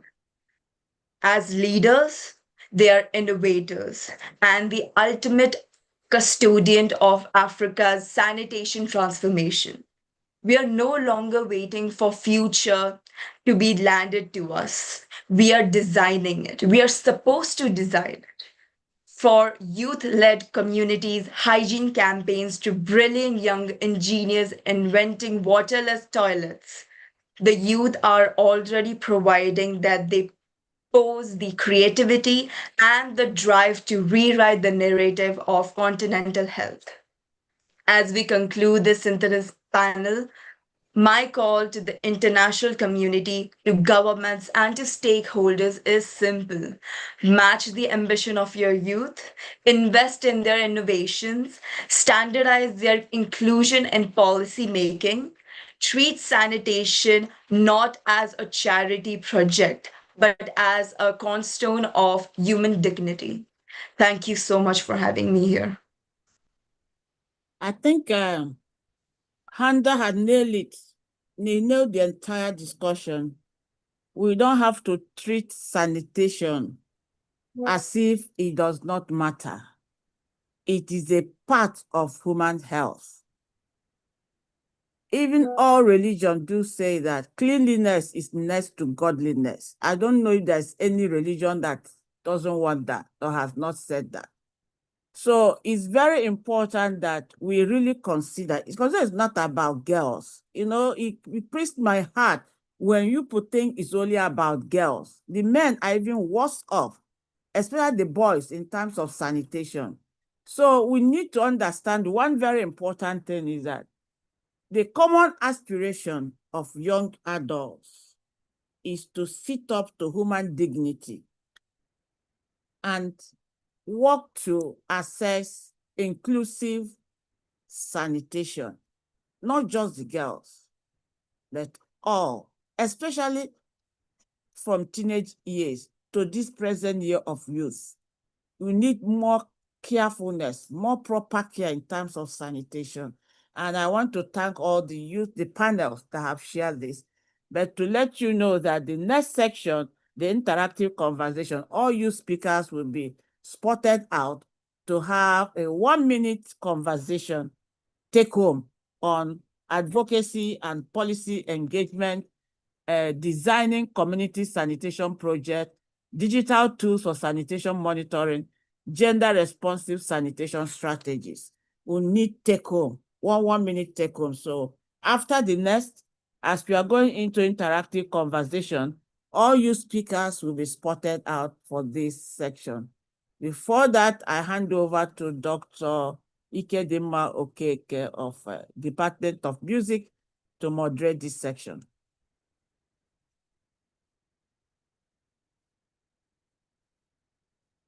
Dr. Okeke, are you there?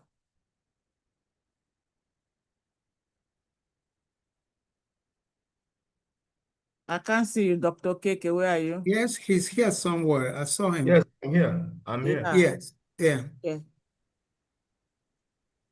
Okay, thank you very much. We're going to the vehicle delivery.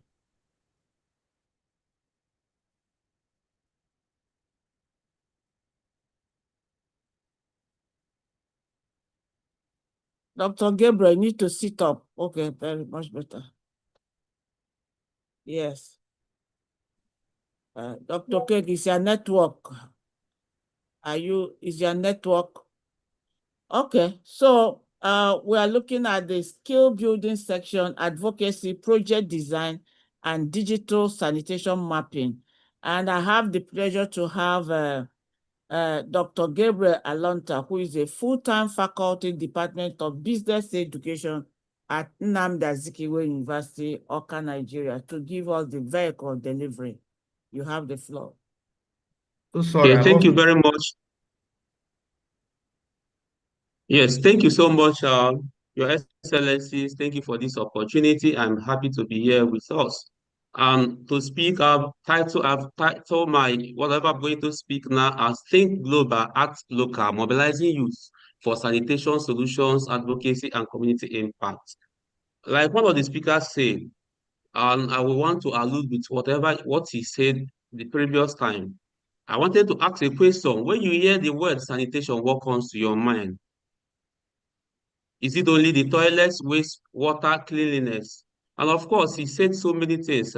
He said that sanitation is about dignity. It is about education. It is about safety. I want to also add that it is also about opportunity. This is why today's conversation is of monumental importance. The 2026 International Youth Day theme, different contexts, common aspiration, reminds us that young people may live in different environments and face different realities, yet our aspirations are remarkably similar. That is why a young person in Oka here may experience sanitation differently from a young person in Nairobi, Kampala, Accra, or another African community. However, our shared aspiration remains that we want a healthy communities, we want quality education, decent opportunities, and dignity, and also better future. That is why sanitation may be a local challenge, but it is a shared African responsibility. Let me begin with advocacy. If a young person discovers a blocked drainage channel or indiscriminate dumping of refuse or unsafe public toilets, what practical steps should this youth or a young person take? One of the practical steps that you should take is to document it, understand this situation, find out who is responsible, gather evidence, mobilize people, engage the appropriate authority, and then do a follow-up. This is what we call advocacy. Advocacy is not about noise making. It is an organized influence. And if you don't, you must not wait until we get to a seat of power or authorities before we begin to take action. Our voices matter today. That is why something must be done. It is not about just saying that in fact, we must move from saying that something must be done to asking questions such as, what exactly should be done? Who should do it? And how can we help to make it happen? The second issue is on project design. As a business education lecturer, I have learned something that applies strongly to community development over my time as a teacher in that university. I've learned that every problem creates an opportunity for someone who is prepared to solve it responsibly with emphasis. It is not enough to also identify sanitation problems. We must begin to think out what solution. We must see ourselves as solution providers. We must be a problem solvers and not a problem to be solved. Then I want to ask a simple question on this project design. If you want to design any project, you must ask, what is the problem that you want to solve? Who are those affected? These are very pertinent questions. What solution is realistic and why? And who are the partners that we need? And how do we also measure our outcome, our success? For instance, if we're at a market where traders dispose waste indiscriminately, what should a young person do? What should the young people do? For you to design, you should embark on designing a simple project that could involve waste education, strategically positioned waste bins, and regular waste collection and community monitoring. And you can do this with effort and support of partners with such as Traders Association, the local government, the schools. We don't just start with money. Sometimes our youth often ask, you see a problem, you want to solve a problem, and what comes to your mind is money. There is no money. That is not the first question. I think we should start with first clearly defined problems. If we can do that, then we begin to stop asking what can we get from a particular issue or sanitation issue we have identified towards how can we solve it. This is what we call transformation mindset. On digital tools, let us bring technology into this conversation. Our generation has become, our generation is blessed with what I call smartphones, unlike previous generations. Then I want to ask our young persons, what are we doing with digital tools? If, for instance, about 10 young persons should document a blocked drainage channels or overflowing waste points, or even unsafe sanitation facilities, we photograph these scenes and then document their locations and also organize the information and develop a simple digital sanitation map. we will see that we must have achieved something. We have moved from complaining, from mere criticizing or critiques, or sometimes we even destructively criticize. Then we begin to stop crouching over issues and then begin to take a practical steps that can produce evidence that we use to also face authorities. And of course, that will be powerful. Digital technology can turn observation into evidence and evidence into advocacy. And like I said, advocacy is not about noise making. It is what? An organized influence. Of course, as a young person, we must understand that digital mapping, data collection, content creation, communication, and basic data analysis can become part of the solution. This is also where sanitation connects skills development and entrepreneurship. And as a business education lecturer, that's why I mentioned that sanitation is also about opportunity. There are opportunities for young people in data collection, digital mapping, waste management, recycling, environmental education, and sanitation services, as well as technology development. So sanitation is not only about government, what government must do, it is about what young people can build. So the fourth issue on gender, I want to ask, let us imagine, I want to describe a situation here. Let us imagine that a young girl who has used a toilet without a proper door, without privacy, or even without adequate water. For someone else, it may just be a sanitation problem. But for the poor girl, it represents fear. It represents what? Embarrassment, insecurity, discomfort, and also lost learning opportunities. This is why we must design around us human experiences, real human experiences, solutions that are real human experiences. A sanitation project is not just about gender responsive. What I mean, a sanitation problem is not gender responsive simply because women are invited to a meeting. No, it is a gender responsive when the realities of women and girls shape the solution. We must think about privacy, safety, accessibility, menstrual hygiene, dignity, and the particular needs of vulnerable people. That is, this is also consistent with the Sustainable Development Goal 6 of the United Nations, which calls for adequate and equitable sanitation and hygiene for all, with particular attention to the needs of women, girls, and people in vulnerable situations. So when we design sanitation solutions, we must ask who is missing, whose voice have we not heard, whose experience have we overlooked. Inclusive solutions are more sustainable solutions. Then I want to tax our youth with this singular tax that have also Christian 3 to 31 solution challenge. It's a challenge. As I conclude, I want to leave every young person here with a simple challenge, which I call 331 challenge. The 3 days is to identify 3 sanitation problems around you. Identify 3 sanitation problems around you. Within 30 days, mobilize people to address at least one of them. And then the one there, which is, it should document one measurable result. Of course, it can be around drainage channel, awareness campaign, digital sanitation map, school hygiene, and the rest. You can choose what you can look at the contents, your own context, and then identify 3 sanitation problems, and then see how you can do that in 30 days, at least jointly address, even if it's only one. You can see that the project does not have to be massive. You can start with one. The first measure of impact is not the size of the project. It is whether you have started. And once you have started, I think you have win. And then the distinguished participants. We do not have to solve Africa's entire sanitation challenge today, but we can solve one sanitation problem in our streets, in our schools, markets, campus, community, and these are consistent. We can, just like the United Nations has consistently organized young people as important partners in translating global ambition into community level action. Let us understand that let us understand Africa's challenges. Let us also learn from one another.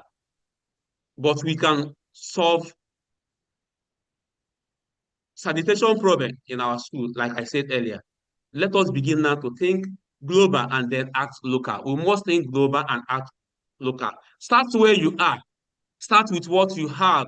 Start with the people around you, because the Africa we desire will not be built by spectators. It will be built by young people who see a problem and say, I can do something about this. So you don't just see something, you say something, and you don't only just say something, you also act. take action today, and then we will become, our society can become more safer and more hygiene. Thank you so much for listening. Wow. Thank you, Dr. Gabriel, for, I said 3301 challenge. Oh, this is interesting. 3301 challenge. Well, we are really going to put this in as our initiative for this sanitation model. From this meeting, we have to develop into 3301 challenge. And it said, yes, you need to identify 3 sanitation problems, right? See how you can solve them. Solve it in 30 How you can days. solve them in 30 days jointly. You can pick we can just pick a single one on the issue and then see how you can identify, mobilize people to solve such issue within the next 30 days as we live here, as we disembark. Yes. And then seek for one measurable result, right? Exactly. Oh my God, Absolutely. This is interesting. I hope you are taking note of this. Thank you so much. And with that, I call on Dr. Keke again to moderate this youth conversation circle. Dr. Keke, are you there? Yes. So I want to spot out all the youth speakers who have spoken before, except the last 2, Rodi and Gloria. I don't need to bring you out yet, so that you don't do outcome malpractice. Okay. So I'll add you.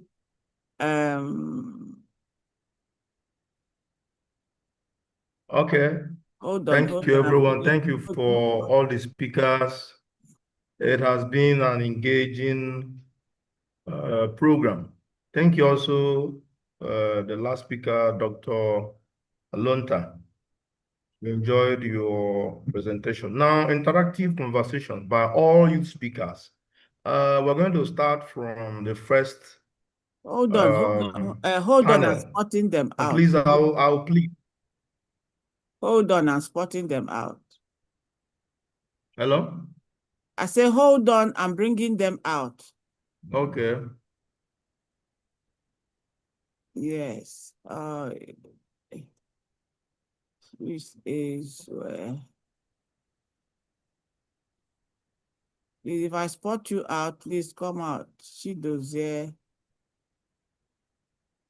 I think we can have it panel by panel. Let's have panel 1 and the whole interactive section. Brief just 2 minutes for want of time because we're racing against time. 1 minute. 1 minute. 1 minute. Okay. Yes. Okay. So let's have speakers from panel 1 who spoke on youth leadership in sanitation, youth innovators, and community-driven sanitation solutions. We have Ms. Ebube Chukwu-Ejiofor. I hope you are here. We also have Mr. Adepenola Dehimbo. We also have Ms. Chiamaka Mary Azomta Nene. Can we have interactive section?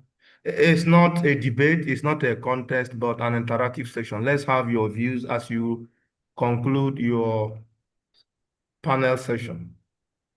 Thank you very much. The floor is yours now. Yeah. Chidozie, who is Chidozie? Okay, you are there. Chukwudi Martins, are you there? Okay, I can see you. Okay.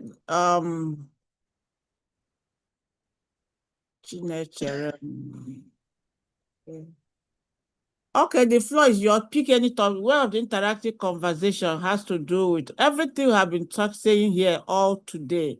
Advocacy and policy engagement, designing community sanitation project, digital tools for sanitation monitoring, gender responsive sanitation strategies. So choose anyone and give a 1 minute take home.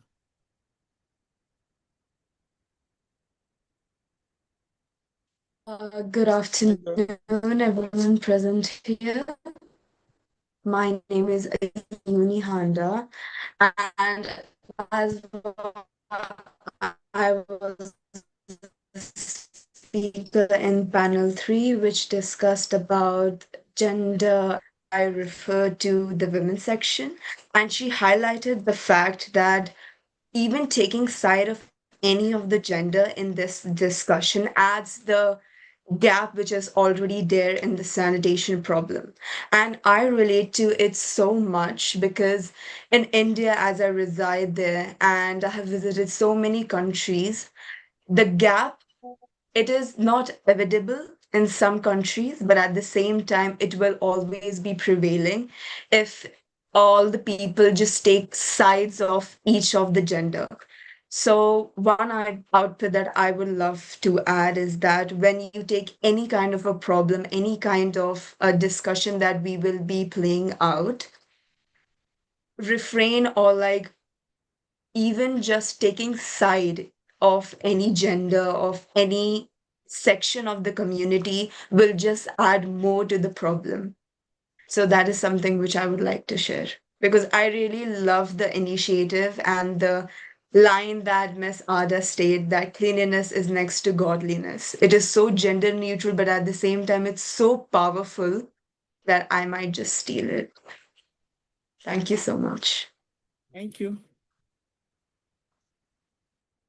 You just flow. When one person, the next person come in, we just flow. We don't need to call names. Okay. Thank you so much. Okay. Interactive My session. take home note is can I go ahead? Go ahead. Our time is All right. short. Go ahead. Yes. Sanitation is not a privilege to be earned, nor a charity to be given. It is a fundamental human right. When we invest in youth-led sanitation, we aren't just building toilets. We are safeguarding dignity, keeping girls in school, and building the future for the youth, and not just Africa.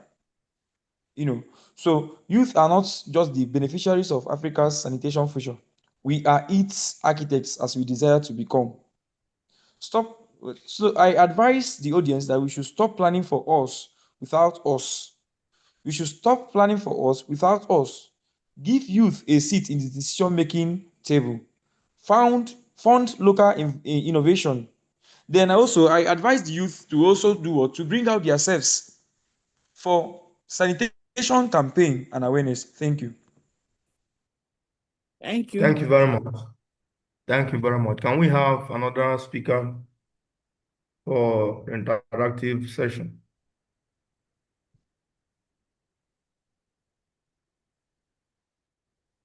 Okay, who is ready to speak? Just have 1 minute, please. Mr. Ezra, are you ready? Or Mr. Please. Randy? Yes, please. Thank you Okay, very Mr. much. Randy is on, okay. Thank you. I think as young people and as youth, we must simply move beyond talking about sanitation challenges to developing skills and solutions needed to address them. For me, I would like to particularly speak on 4 areas which I think it's literally important, which is advocacy, project design, digital innovation, and inclusion. First, we must equip young people with confidence and knowledge to advocate for better sanitation policies and engage meaningfully with government and decision makers. Secondly, we need to move from ideas to action by teaching young people how to design practical, community-based sanitation projects that can attract partnerships and financing. And thirdly, technology represents a huge opportunity. Through digital sanitation mapping and monitoring tools, young people can identify undeserved communities, collect data, and use evidence to demand better interventions. And finally, our solutions must be gender responsive and inclusive because sanitation challenges do not affect everyone in the same way. And my message to today's youth is simple. Don't just be the generation that talks about the problem, be the generation that maps it, design the solution, advocate for it, and make it happen. Thank you. Thank you, Mr. Lamington. Can we have another speaker? Can we have another speaker? May I present my Doc, just call them. It's faster. Just call them. Let's have Arab Sinha. Yeah, so as per me, about the today's youth. I think the today's youth needs to ask more questions. They need to stand up and ask what is actually happening. Because the way I see it, especially in my country in India, from what I've been reading, from what I've analyzed, we give the budget a lot of like $7.7 billion, but then we spend 2.4. So what are we actually doing on the ground level? Our rivers are still the same as they were a few years ago. The spending has been increasing, but where is it going? So I think the youth needs to ask the questions. The youth needs to stand up and uh, held hold everyone accountable, especially themselves. What are they doing instead of just asking questions? I think the youth needs to contribute more and they need to ask more questions and they need to stand up. Yeah. Thank you very much. Thank you, Mr. Arab Sina. Can we have Mr. Chinechere Mezue for your contribution to the interactive session? Mr. I think it's Chinechere out. Mezue, the floor is yours. Hello? I can hear you. I can hear you. I'm here. Okay, go on. So, Okay, like I said about sanitation, it's not all about sweeping our surroundings. Sanitation is about health and so on and so forth. It's about human dignity. So, but in this interactive session, I would like to, chip in other things which I say that the future of sanitation will not be determined by speeches alone. Like I said, it will be determined by what do we offer after speeches. These are the things. And policy gives direction, partnership, all those things that we've mentioned about sanitation, sustainability. How do we implement them? That is it. Then from isolated efforts to genuine partnership, from youth participation to youth leadership, from short-term funding to sustainable financing, from promises to measurable results. So my conclusion in all these things towards this interaction is let us wait for another generation to solve sanitation problems. Let us become the generation that acts. Together we can transform from a neglected challenge into a foundation for healthier communities, stronger institutions, thank you very economic much. opportunities, and a more sustainable sanitation policy. Thank you.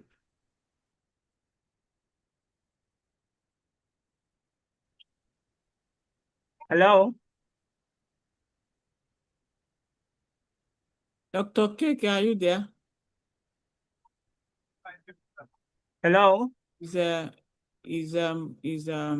hello. For all you, Okay, let's call on Miss Obidiume Ijoma Gloria, Department of Music, No. University of Okafor. Leave Gloria Call now. to action. Leave Gloria now. She has not spoken. So leave her alone. Those who have spoken is what we have done.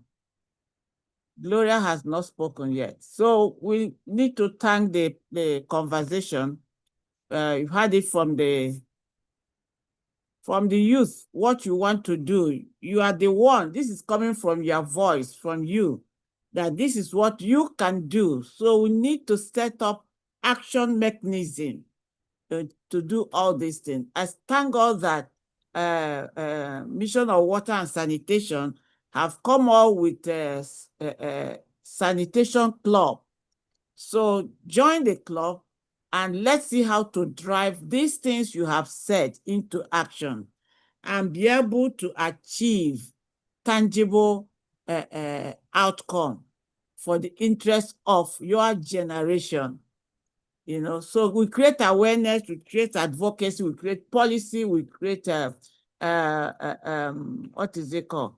We create a digital sanitation mapping, project designs in order to take this global, especially to the Pan-African community. So I thank you all for your time and for your sharing. Thank you.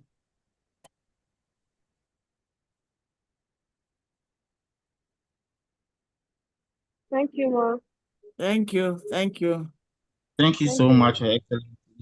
Thank you. So meanwhile, we'll move on to a clarion call for today's Gen Zs. You know, you guys like just to be called Gen Zs. And I want to call John Aja, who is the state coordinator of NACCIMA Youth Entrepreneurs in Ebonyi State, Nigeria. Mr. John, are you here? Yes, Mark. Thank you Thank you. so much, Your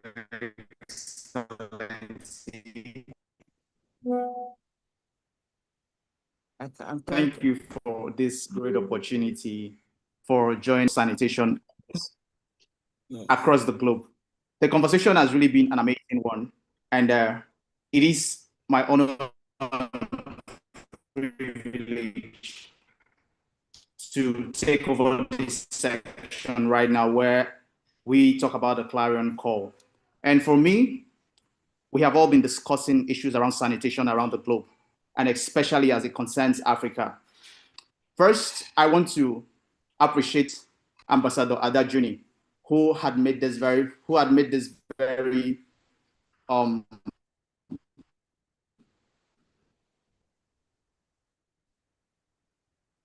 program possible. And also, I want to sincerely appreciate the Observer Mission. Hear me? Am I audible enough? Yes, you are. Okay, so I want to sincerely appreciate the Observer Mission of the Pan-African Intergovernmental Agency on Water and Sanitation for Africa to the United Nations. I really appreciate what you have done. And to my own boss and mentor, Dr. Osita Aniemeka, thank you so much, sir, for such a great opportunity you've given to me this evening. And I'm going to be talking on from aspiration to action.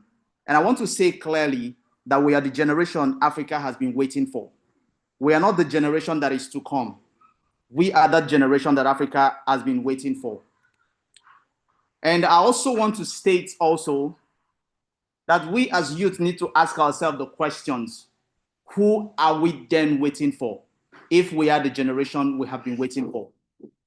Africa's next solution will not arrive from somewhere else. We have been bringing up different solutions. We've been talking about different means by which sanitation can be tackled in the African region. And the question is no longer only what should be done.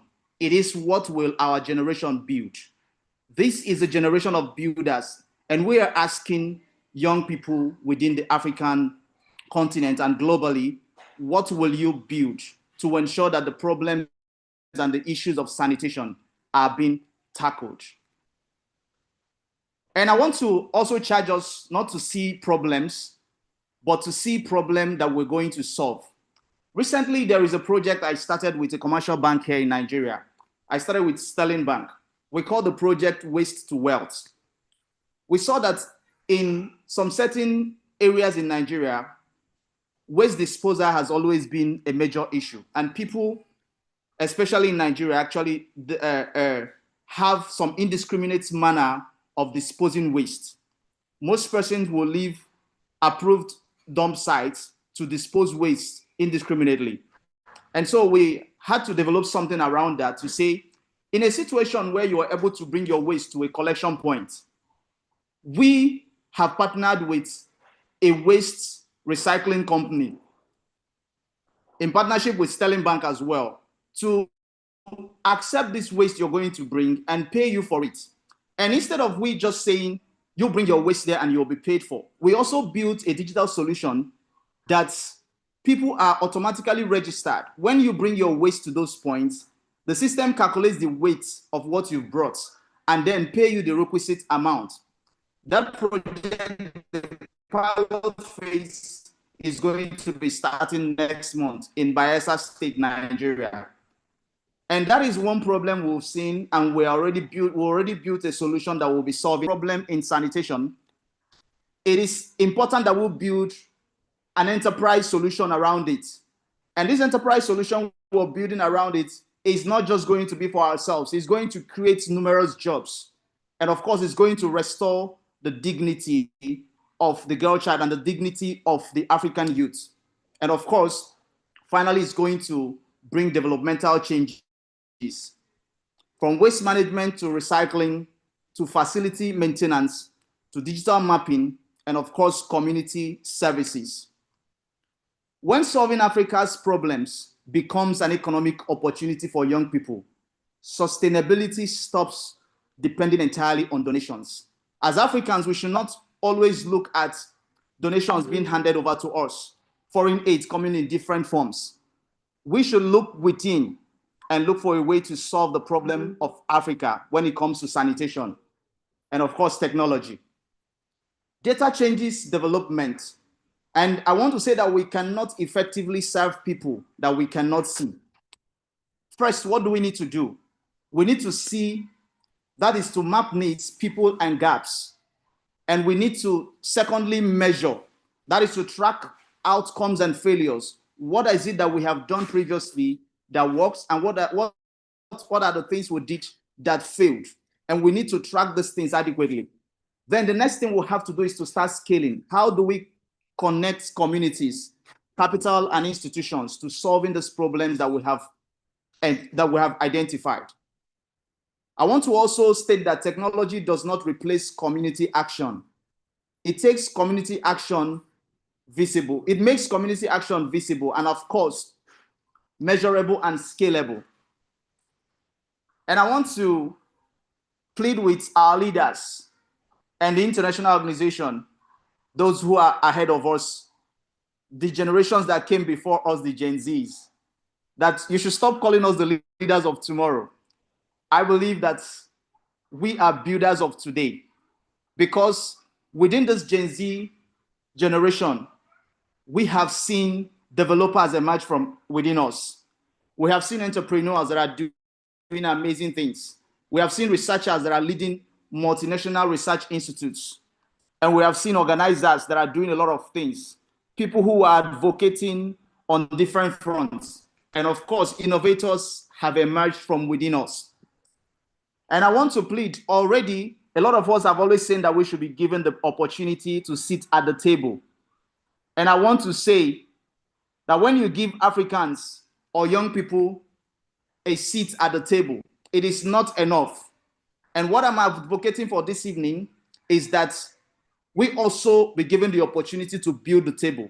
When this table is being constructed, let this youth population also be included in what is happening, so that we build a table that we can sit properly on in solving the problem of Africa. And there's something I created that I call the 4 moves for one generation. And the first item here is to see it. You have to understand the problem when it comes to sanitation. And we have to own it. For us as young Africans, we don't need to just criticize different problems that are available. We need to ensure that we accept the responsibility, and then it takes us to building a real solution that solves that. And finally, whatever solution that we have built can be scaled across Africa, where we bring in collaborations. A solution that works in Abakaliki, Nigeria, can inspire someone in Accra. An idea that is developed in Nairobi can be adopted in Lagos. We should stop seeing Africa as different fragments. Rather, we should see Africa as a single nation. This is a call for Pan-African collaboration, which turns local action into continental impact. And in looking at the different contexts, the common aspirations, we see the shared responsibilities and the collective actions that we have as young people. We are looking at from beneficiaries to builders, from being observers in the issues of sanitation to being participants who profile solutions. And finally, from aspiration to action. And I want to say that the future of Africa will not be delivered to our generation. It will be built by our generation. And the building starts now. I want to sincerely appreciate the organizers once again for this amazing opportunity. And I want to thank everyone for listening, for being part of this section that we have had this evening. And I want to say that the future of Africa will not be delivered to our generation, like I keep saying. We are that generation that needs to build the future of Africa. And definitely it starts by young people in Africa identifying the problems in Africa and solving it. I am one person that advocates for each young person to look out for a problem that is within his environment. There are a lot of problems that is facing us as a nation, as a continent, even globally. There are a lot of problems. So don't look far. Look for one of those problems around you when it comes to sanitation and start providing solutions to them.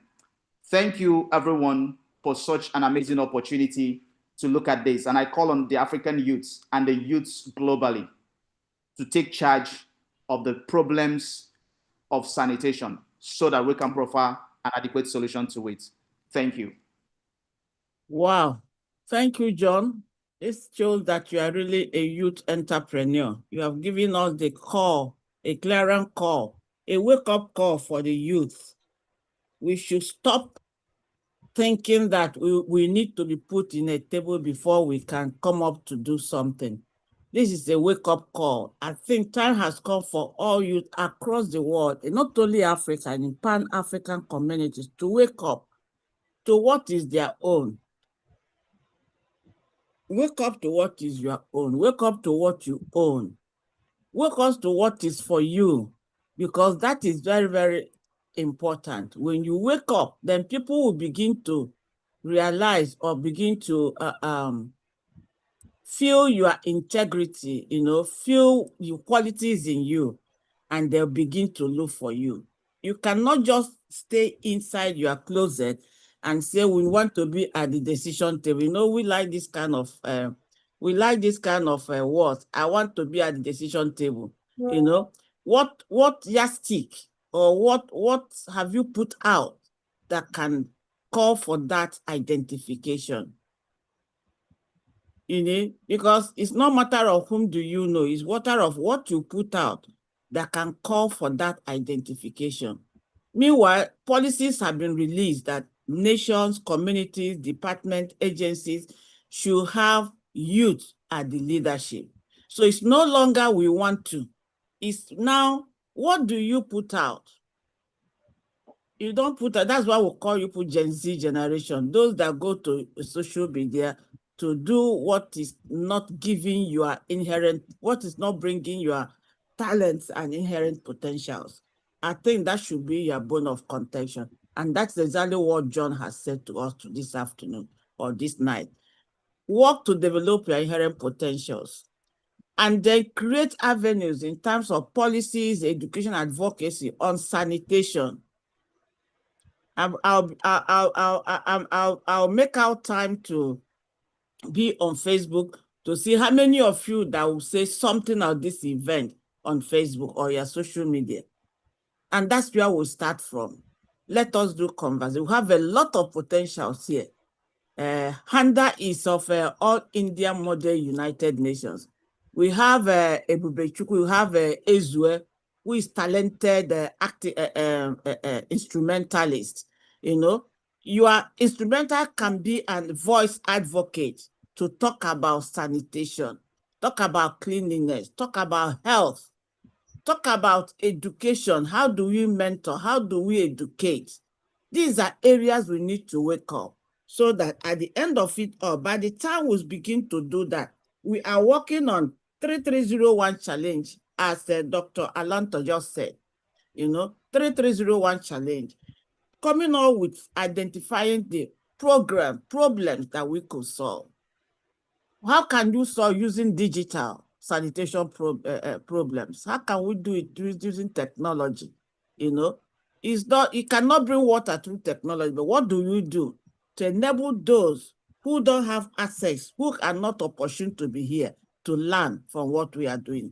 So thank you all the youth, and thank you, Mr. John, for this wonderful input. Now we want to go into the last segment of this conversation. We have call to action on the 2026 International Youth Day. I want to call on Obidume Ijoma Gloria, Department of Music. Are you there? Yes, I can see you. Can you be on camera so I can spot you out?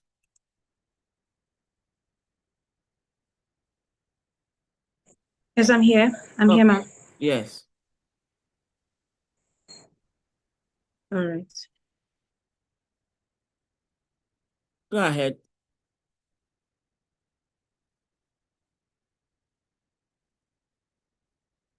Uh-oh. You're mute. To this Can you important unmute conversation, yourself? I believe the most important question should be, what have we learned? What are we going to do with what we have learned? Today, we have heard about the different realities young people face across our communities. We have talked.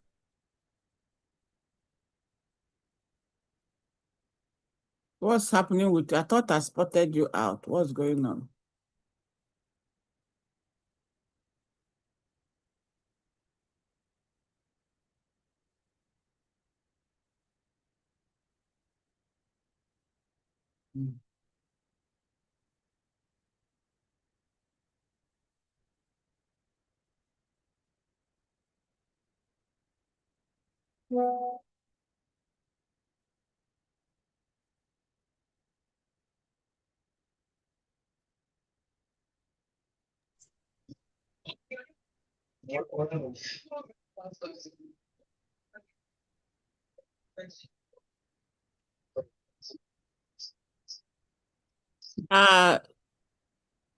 Gloria, are you there?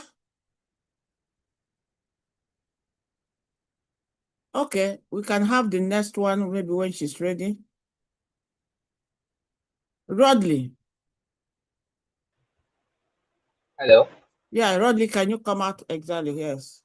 Go ahead. Hello. Distinguished delegates, ladies and gentlemen, a very good evening to one and all present here. My name is Shaurya Roy. Having had the privilege of serving as a three-time best delegate in All India Model United Nations, I have seen firsthand how global frameworks must translate into local impacts. Today, as we look towards Pan-African communities, the priority must be to ensure that no community is left without the basic services necessary for a dignified and healthy life. I propose establishing a grassroots youth representation system for WASH services. Communities would identify youth representatives who would be responsible for a manageable group of localities, allowing them to understand the problems on the ground and communicate them directly to appropriate local authorities.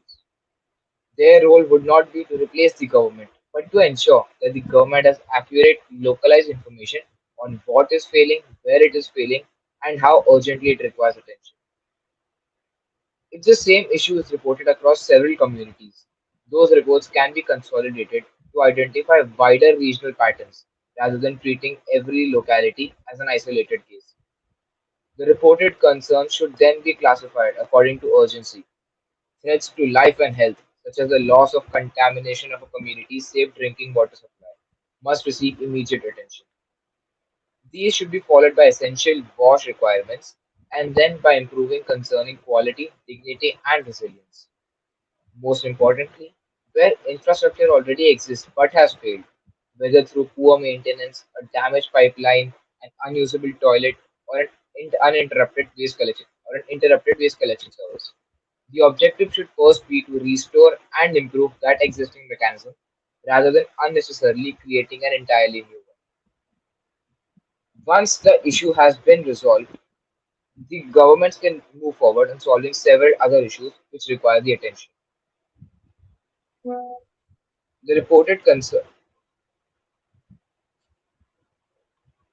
The objective should first be to restore and improve that existing mechanism rather than creating an entirely new one.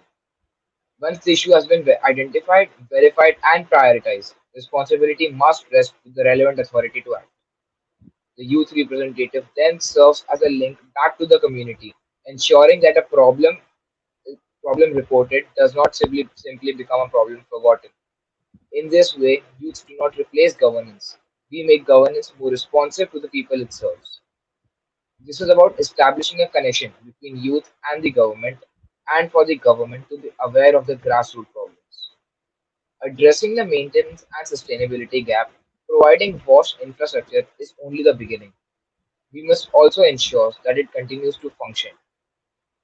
Governments should therefore establish regular preventive maintenance systems for water and sanitation infrastructure, with the frequency of inspections determined by the type, usage, and condition of each facility.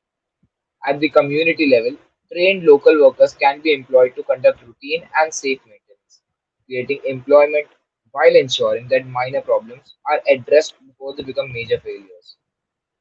Where a problem requires specialized technical intervention, it should be immediately escalated to appropriate authority. However, maintenance cannot depend entirely on responding to breakdowns. Communities must also be equipped with the knowledge to use and conserve their resources effectively. Governments can conduct practical training on water conservation, safe water storage, efficient agricultural practices, and basic low risk maintenance. To take this knowledge to the grassroots, local schools can serve as community learning hubs. Selected teachers can receive training from relevant experts and pass that knowledge to other teachers. Following the pattern, the knowledge will reach to students on the grassroots level. While schools can facilitate its wider dissemination within their communities, agricultural practices requiring specialized expertise should continue to be supported directly by qualified professionals directly to the farmers. Finally, communities should not simply receive instructions. They should be able to provide feedback on what works in their local conditions. This creates a continuous cycle of training, implementation, maintenance, and improvement. In doing so, we move from a system that reacts when infrastructure fails to one that actively prevents failure, creating local employment and keeps essential water services functioning. Thank you. Yeah, thank you. Thank you, Roddy, right? Roddy, right? Yes, ma'am. Yeah, thank you so much. Is Gloria available now? Yes, I am. Okay. I'm sorry for the interruption. My network had a little hitch. Okay, so as I was saying, the question is not what we have learned or what we have learned today. The question is, what are we going to do with what we have learned today? Today, we have had the different realities young people face across our communities. We have talked about inadequate sanitation, limited access to clean water and proper waste disposals, and among others. These challenges may look different from one community to another, but beneath these differences is something we all have in common. We want to live in dignity. We want to live in safe and healthy communities. We want to access clean and functional sanitation facilities, and we want young people to have a voice in the decisions that affect our lives. This is why this year's theme speaks so powerfully to us. Different contexts, common aspirations. But common aspirations must lead to common actions. So to the young people listening today, I have 3 simple calls today. First, let us take responsibility for the spaces we occupy, whether we are in a university, a school, a workplace. Sanitation is not somebody else's responsibility, it is our collective responsibility. We cannot continue to wait for governments, institutions, or other people to solve every problem before we act. I see this because I personally experienced this when I was as a student leader in my department, because I'm the vice president of my department, where we had facilities made available. Yet keeping the environment clean was a very big task. It was a challenge from the students. We had to even mandate students to provide basic cleaning materials such as brooms, mopper sticks, and waste bins for their spaces. But even getting students to get these things for their classes was a major challenge. This experience taught me that sanitation is not only an infrastructure problem, it is also a responsibility and behavioral issue. We can start with the things within our reach: proper waste disposal, keeping our surroundings clean, promoting good hygiene practices, protecting available sanitation facilities, and encouraging others to do the same. Small actions may look insignificant, but our collective, and when people act collectively, they become very powerful. Secondly, let us use our voices. Young people should not only be beneficiaries of sanitation policies, we should be participants in creating them and campaigning for them. If there is a sanitation problem in our schools, we should speak up. If girls and young women do not have safe and private sanitation facilities, let us advocate for change. Thirdly, let us move from ideas to solutions. Across Africa and the world at large, young people are already demonstrating that we are not merely victims of sanitation challenges, we are also innovators and problem solvers. Let us create community-driven solutions. Let us use technology where it can help us monitor and report sanitation challenges. Let us build partnerships with schools, communities, governments, organizations, and other young people, such as this particular events we're having right now. And where we have an idea, let us not stop discussing it. Let us ask, what can we build? Who can we partner with? Who can we reach? And what difference can we make? To the government and institutions, our call is equally very, very clear. Create space for us, the young people at the table where decisions are made. Listen to us. Invest in youth-led solutions. Support innovation. Provide opportunities for young people to participate meaningfully in sanitation governance. Because when young people are given the opportunity, resources, and support, we do not only speak about change, we create change. As we close this International Youth Day celebration, let us remember that sanitation is not merely about toilets and change, just like other speakers have said. It is about health, it is about education, it is about safety, it is about dignity. And ultimately, it is about the kind of future we want to create for ourselves and for the generations coming after us. So I just want to call us to one call of action that we should wake up today and act. Thank you very much. Wow. Thank you, Gloria. Finally, that's why the network didn't want you to talk.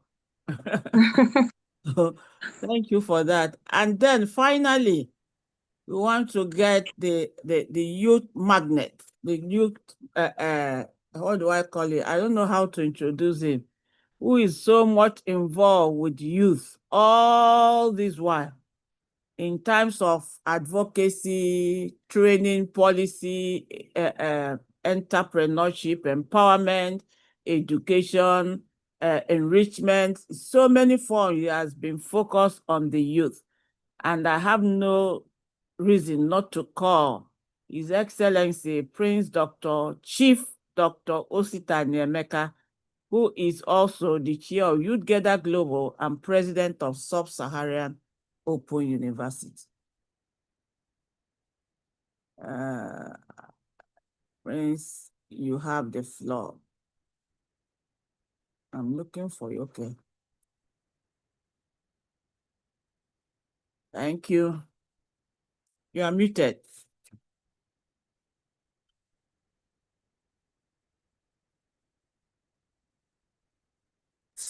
Thank you. Thank you. All right. Thank you so much, Madam Ambassador, Your Excellency, Ambassador Juni.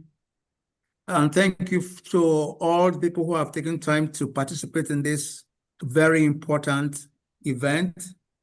I want to say that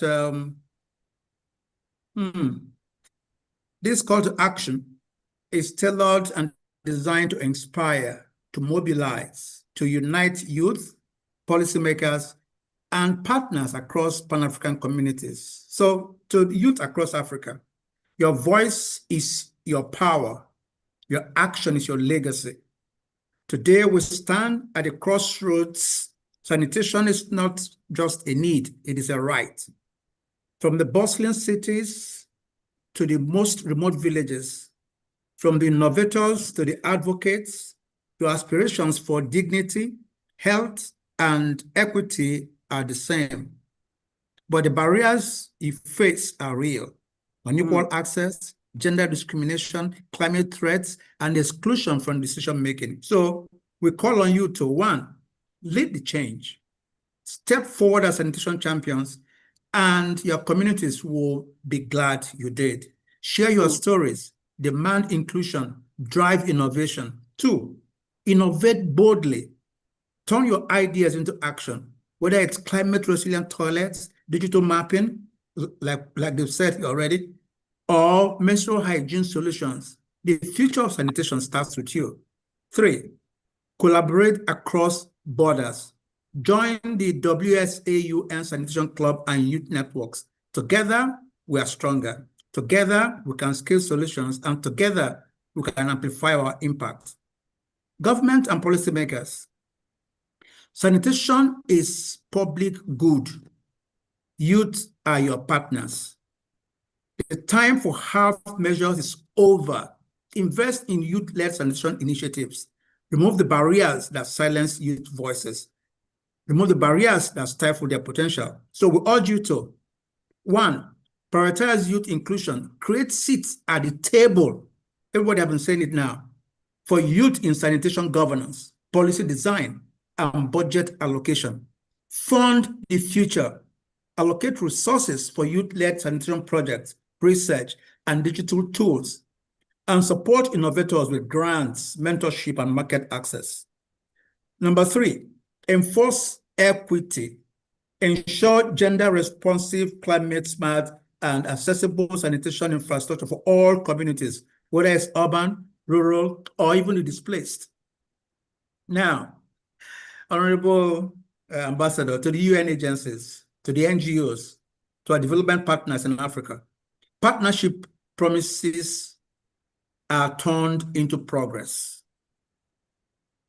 Partnership.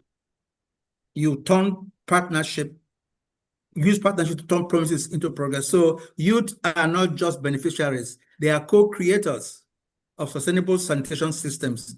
So what are we saying to you? We challenge you to amplify your voices, amplify our young voices, create platforms for young leaders in global and regional dialogues, and support their advocacy like you're doing now, Madam Ambassador, and help support their advocacy and scale their solutions. We're all here to do it together. Youth Gather Global is ready now to champion this locally in Nigeria and globally in all African countries. Bridge the digital divide. Provide training and tools for digital sanitation mapping, for water, sanitation and hygiene, WASH innovation, and knowledge sharing across Africa. Strengthen alliances, foster collaboration between youth networks, governments, and the private sector to build resilient, inclusive sanitation systems. And then, to us, the private sector, to philanthropists, innovation thrives with investment. Youth are developing groundbreaking sanitation technologies and models. They need your support to scale. So we ask you to invest in youth innovators, fund pilot projects, offer technical mentorships, and create pathways to market for youth-driven sanitation solutions.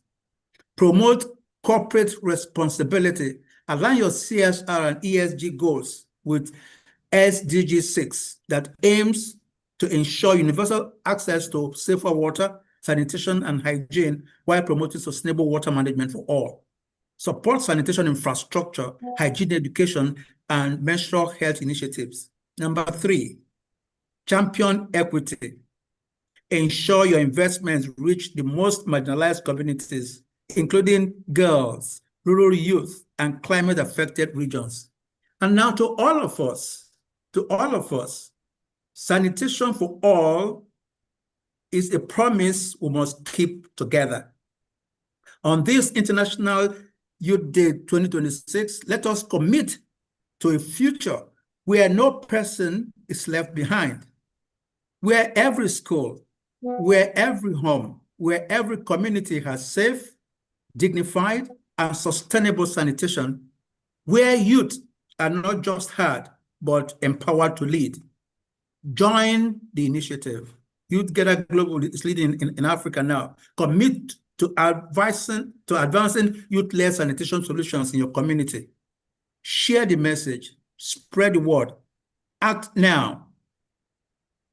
Youth leader, policymaker, or our allies, take one action today. Mentor a young innovator, fund a project, or advocate for change.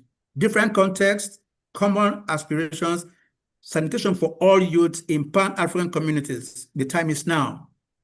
The initiative is ours. Thank you.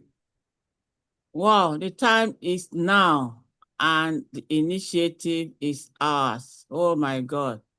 I told you that he is a flag bearer of youth for ease, and we've had it very well from him. So thank you, Dr.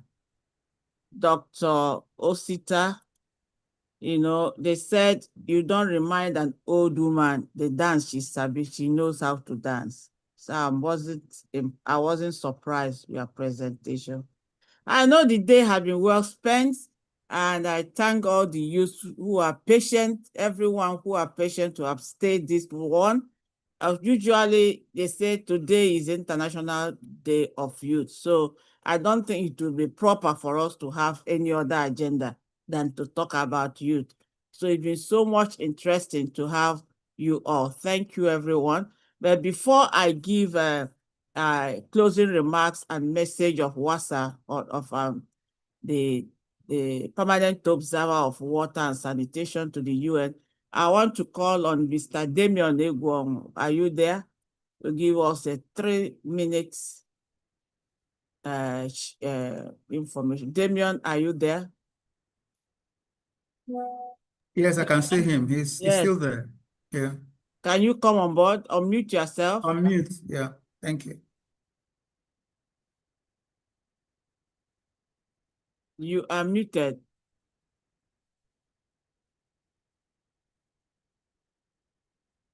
Hello.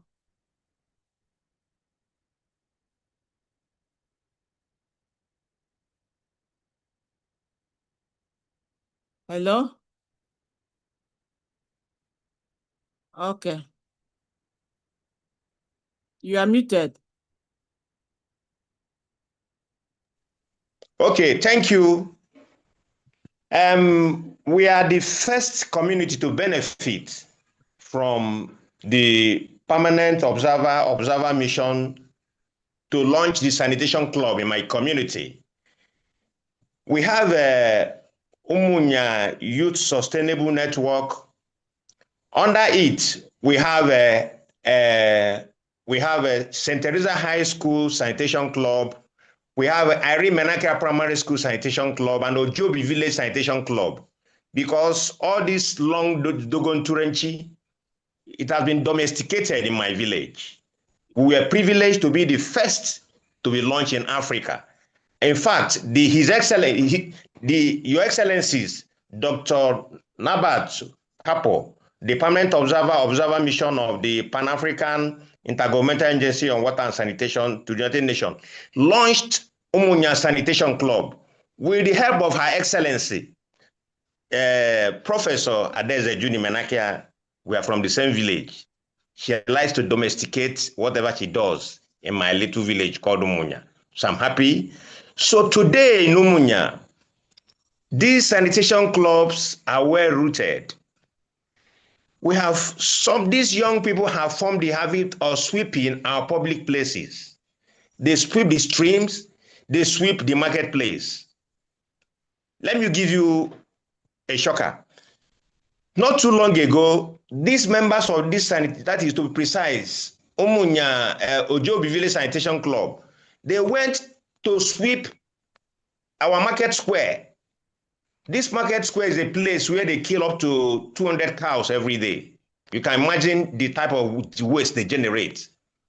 But because of this awareness, most of these users of this market are now members of Umunya Sanitation Club. They have been converted. We are not thinking of how to install a borehole there. This is applaudable. This is applaudable. Quite great news. Thank you. Thank you. Okay. Thank you. Thank you. So if you go to my market square and you're not thinking of borehole, we are not thinking of regular disposal of refuse. We are not thinking of the proper way of disposing this refuse, and we have more converts. Even, let me give you another shocker. If you go to Irene Menakea School, primary school on Onitsha, they say catch them young. That is their agenda there. You see a boy who normally, in normal circumstances, he doesn't sweep, he cannot sweep in his father's house. But the consciousness has been raised at Irene Menakea School. You see children as old as 10 years, 4 years, using broom to keep the environment clean, and they have extended this very habit to their respective homes. So these people are change agents. That is why we are starting to harness these youth to make sure they are in no distant time, they become sanitation ambassadors in various areas. Even, let me give you another teaser. St. Teresa High School, Umunya, they have their own sanitation club there. But today, they have gone beyond only keeping their school clean. They are invited to render services when we have public events. So any person in my village who is trying to dispose refuse in a very bad way will be conscious of these students of St. Teresa High School, because they will arrest you and ask you to do the proper thing. So I'm very happy that my village, we are the first beneficiary. After this long Turenchi, we have started long before now to make sure that Umunya become a very clean place. And every day we are having converts. More people are joining us every day. More people are reporting to these people, those that are defaulting. You have people donating disposable cans. You have people coming to say, please, I want to belong to this group. I want to enroll my children. I want to enroll my boys into this project. The rate of advocacy is going like a wildfire. So I'm very, very happy. I don't want to take much of your time. I want to thank you and thank especially our own daughter, Dr. Professor Adeze Juni Menakaya. She's wonderful. She has been very, very good to our people, and we hope she will continue. So thank you. This is let me not waste your time. Let me not exceed your time. This is just a small testimony I want to give you that the impact of Umunya Sanitation Club is going like a wildfire. If you go to Juni Menakaya School, that is a primary school, a private school owned by the mother of Professor Menakaya. She has consistently maintained that school to standard. So the last time we went there, the school was very clean. And the motto of the school is "My child is my pride." So if you still have if you are still a childbearing mother, you better bring your child to Juni Menakaya. So those of us that have passed the age, we'll be waiting for we'll taking our grandchildren there. Eh? We'll taking our grandchildren there. Eh? So thank you very much for giving me then I must not fail to commend Dr. Oster. He's a dependable ally. I don't know the title the youth of Nigeria will give him in no distant time. Eh? He's always very passionate, very passionate. He's not contented with traditional title, the one from the youth is more important to him than the other one. So I thank you, everybody. I thank His Excellency Dr. Tapo for finding our community worthy. We are not going to disappoint him. Next time, he will see what is happening in my village. And I can assure everybody that in the next 1 year, we are going steps ahead. While others will be doing advocacy, we are implementing those advocacies already. Thank you very much for everybody. Thank you. Thank you. My name is Damian Ewong. Oh my God. Thank you, Mr. Damian. Yes, thank you for that. Yes, interestingly, the Wasa Sanitation Club in Umunya is not even up to 4 months old, and they're really doing great. So thank you for your leadership. And we want to believe that we can not only work, but also try to sustain it. We talk about sustainability, because that is what can make other villages, other communities. There is a drive now to make this, His Excellency has decreed that we will not only make it Africa-oriented, but Pan-African community. And that is why you were able to see on this platform a speaker from Caribbean, Guyana, a speaker from Asia, a speaker from Europe, a speaker from Africa, a speaker from US. These are because of the mandate of His Excellency to see how we can advance the sanitation club within the Pan-African communities. So I want to encourage all the youth here who want to get it enacted in their community to please email us, and then and let us take it off from there, because we don't have time. We can't just be talking about leave no one behind, and yet we are leaving ourselves behind. So I thank every one of you. And I want to also let you know that in line with what you have said, we have the next agenda for the youth in Pan-African communities with respect to this International Day of Youth. So we are looking at strengthening youth leadership in water and sanitation governance. This is what we are considering. We need to establish youth water and sanitation councils. We need to integrate youth in watch policy consultation. You have said so many times, almost all of you that spoke highlighted on leave no youth behind, get you to the decision table. But we are not looking at decision table or to be a minister or to be a president. We are looking at decision table at our own locality, and that's why we need to consider the Water and Sanitation Youth Council. So who can be advocates and educators? Who is going to work on the 4 E's of sanitation project of WASA? Then we need to also promote the youth-led monitoring of SDG 6 progress at community level. We have less than, how many years? 3 years to go now. Less than 4 years, for 3.4 months to go to the end of the 2030 agenda, of which SDG 6 is one of a paramount instrument, a point. So we need to promote youth-led monitoring of these SDGs. SDG 6 in particular, which has is access to clean water and sanitation. What do we do about clean water and sanitation? I know my African people, you have this sachet water, you pull it up to your mouth to drink it. The next thing, you throw away the empty sachet on the road. We need to raise campaigns. We need to speak about it, and let them know that we are not helping. We are not trying to destroy government, because some of these things is government, but rather we are creating health hazard for our own selves in our environment.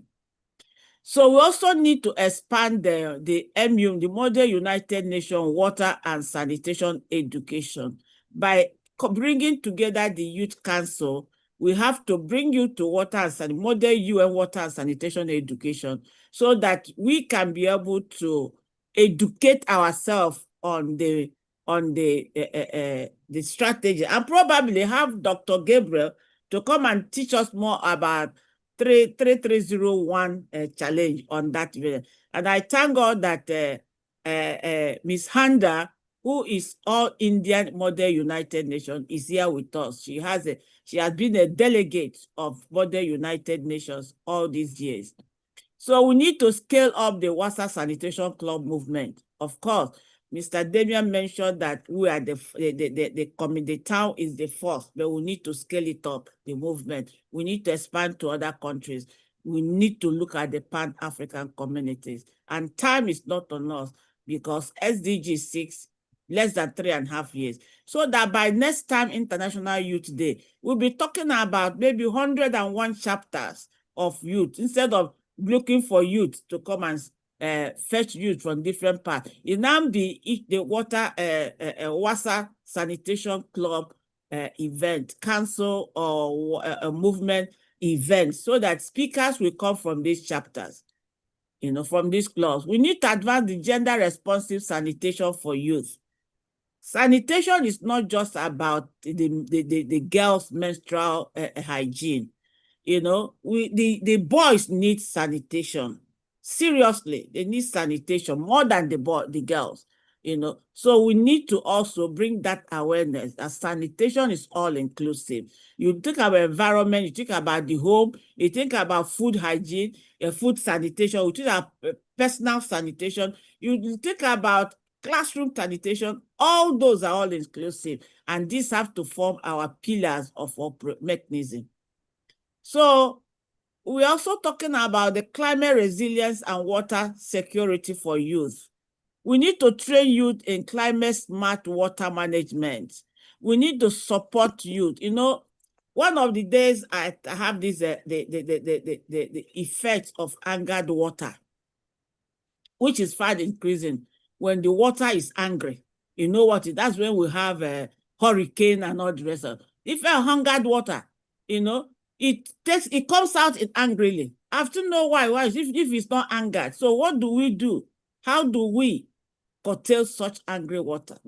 And when it comes out, it damages life, it damages property, farmlands, and all the rest of them. And look at what is happening now. When rain falls twice, the water will rush out. How do we store? What do we do? What will be our mandate to put an end to some of these things? So the climate resilience and water security is one of we need to train youth in climate smart water management. We need to support youth-led climate adaptation projects. We need to integrate climate resilience models in Model United Nations water and sanitation education. Then we need to mobilize youth for community early warning systems. We need to mobilize youth in the communities. Thank God for what the Ojo village is using. They're mobilizing people to clean to enact action on sanitation in the community. Government cannot come there to help us, but we need to enact that action ourselves.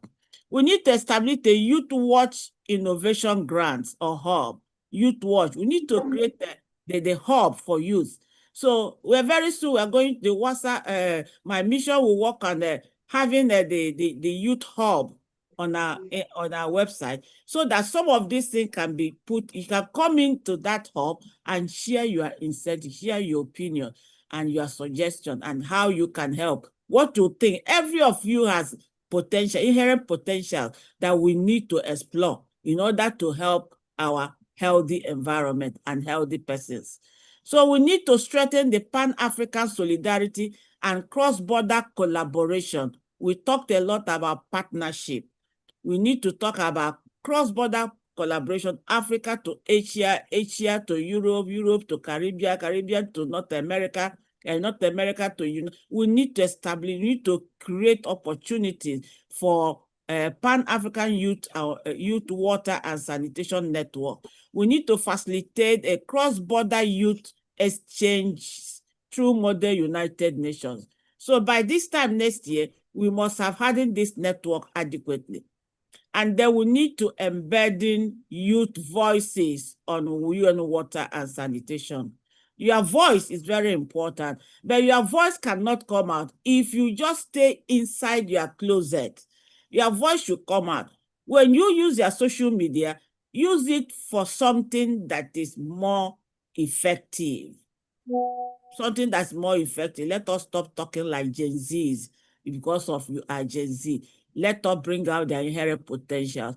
Create online movement for water. Drive people to join you. You people have a lot of friends, have a lot of network globally on your social media. Create something. Create water sanitation club, virtual online water sanitation club.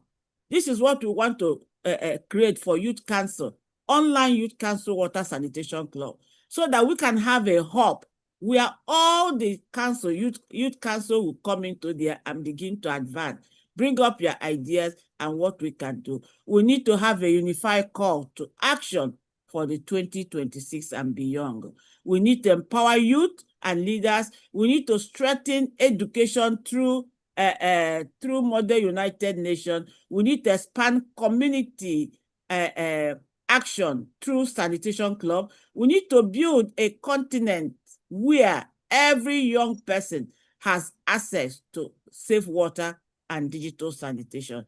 Our aspiration is one agenda, one Africa, one Pan-African community, and sanitation for all. This is our aspiration. And we're looking at water security, sanitation for all, quality education, gender equality, climate resilience, youth empowerment. This is all that our mission, youth leading communities thriving and Africa transforming. This is what we have to deliver to you from the office of our permanent observer, His Excellency Dr. Nabki Kapoor, who sent his message of remarks and appreciation to each and every one of you. He had been listening to us from online, and he had been so fulfilled with the kind of presentation from the youth, the kind of ideas and the concerns that you have. And he has asked me to deliver this on his behalf to let you know that we have come, the mission has come to pick up what is needed for you. And all we need to do is get on board. If you want to get on board, join us, email us at the email that you have, and then we'll take it from there. Thank you all for joining us. I want to appreciate all the speakers, each and every one of you. I want to say thank you to Dr. Osita, Dr. Gabriel Alonta, and John. And also John, these people, Dr. Dillon Fraser from Guyana, Dr. KK from Unizik, Department of Music, Mr. Damian Egwon, who is the coordinator of Omonia Youth Sustainable Network in Nigeria, and Ankush Gupta, who is the legal and communication advisor of Water and Sanitation Office to the UN. All of you have been so wonderful. Also acknowledge Dr. Rao Handa, who is watching us from behind on health grounds, and we pray that his spirit is here and everything about him is here, except he's not here physically. In fact, he was the one that packaged this program with me all this while. So this is us. We talk about it and we chew it, we eat it, we take action, we do solution, we put it out together and we drive it. The movement is clear. Let us wake up to this global movement for the Pan-African community. Create the awareness, bring out the solutions, not the ideas, put it into practice, and let us develop the 3301 challenge. I don't know who wants to be the first to do that. Email us so that we get Dr. Gabriel Alonta on board to share that in this challenge. So it's all wonderful all together. Thank you for your patience. I know some of you are late night somewhere in the global. Here is 3:30 p.m. in New York, United States. I know in Nigeria, those of you in Nigeria, it's around 9 p.m. or so, or 8 p.m. to 9 p.m. And those of you in Asia, Europe is even late, and the Guyana, all of that. So I thank you all for your patience, for being there. Let's, as I always said, time is now. Let's get on board. Thank you all. And I wish to call Ezue to, I don't know whether you can give us one cultural rendition before, as we close. Chinechere Ezue, are you there to give us one cultural rendition?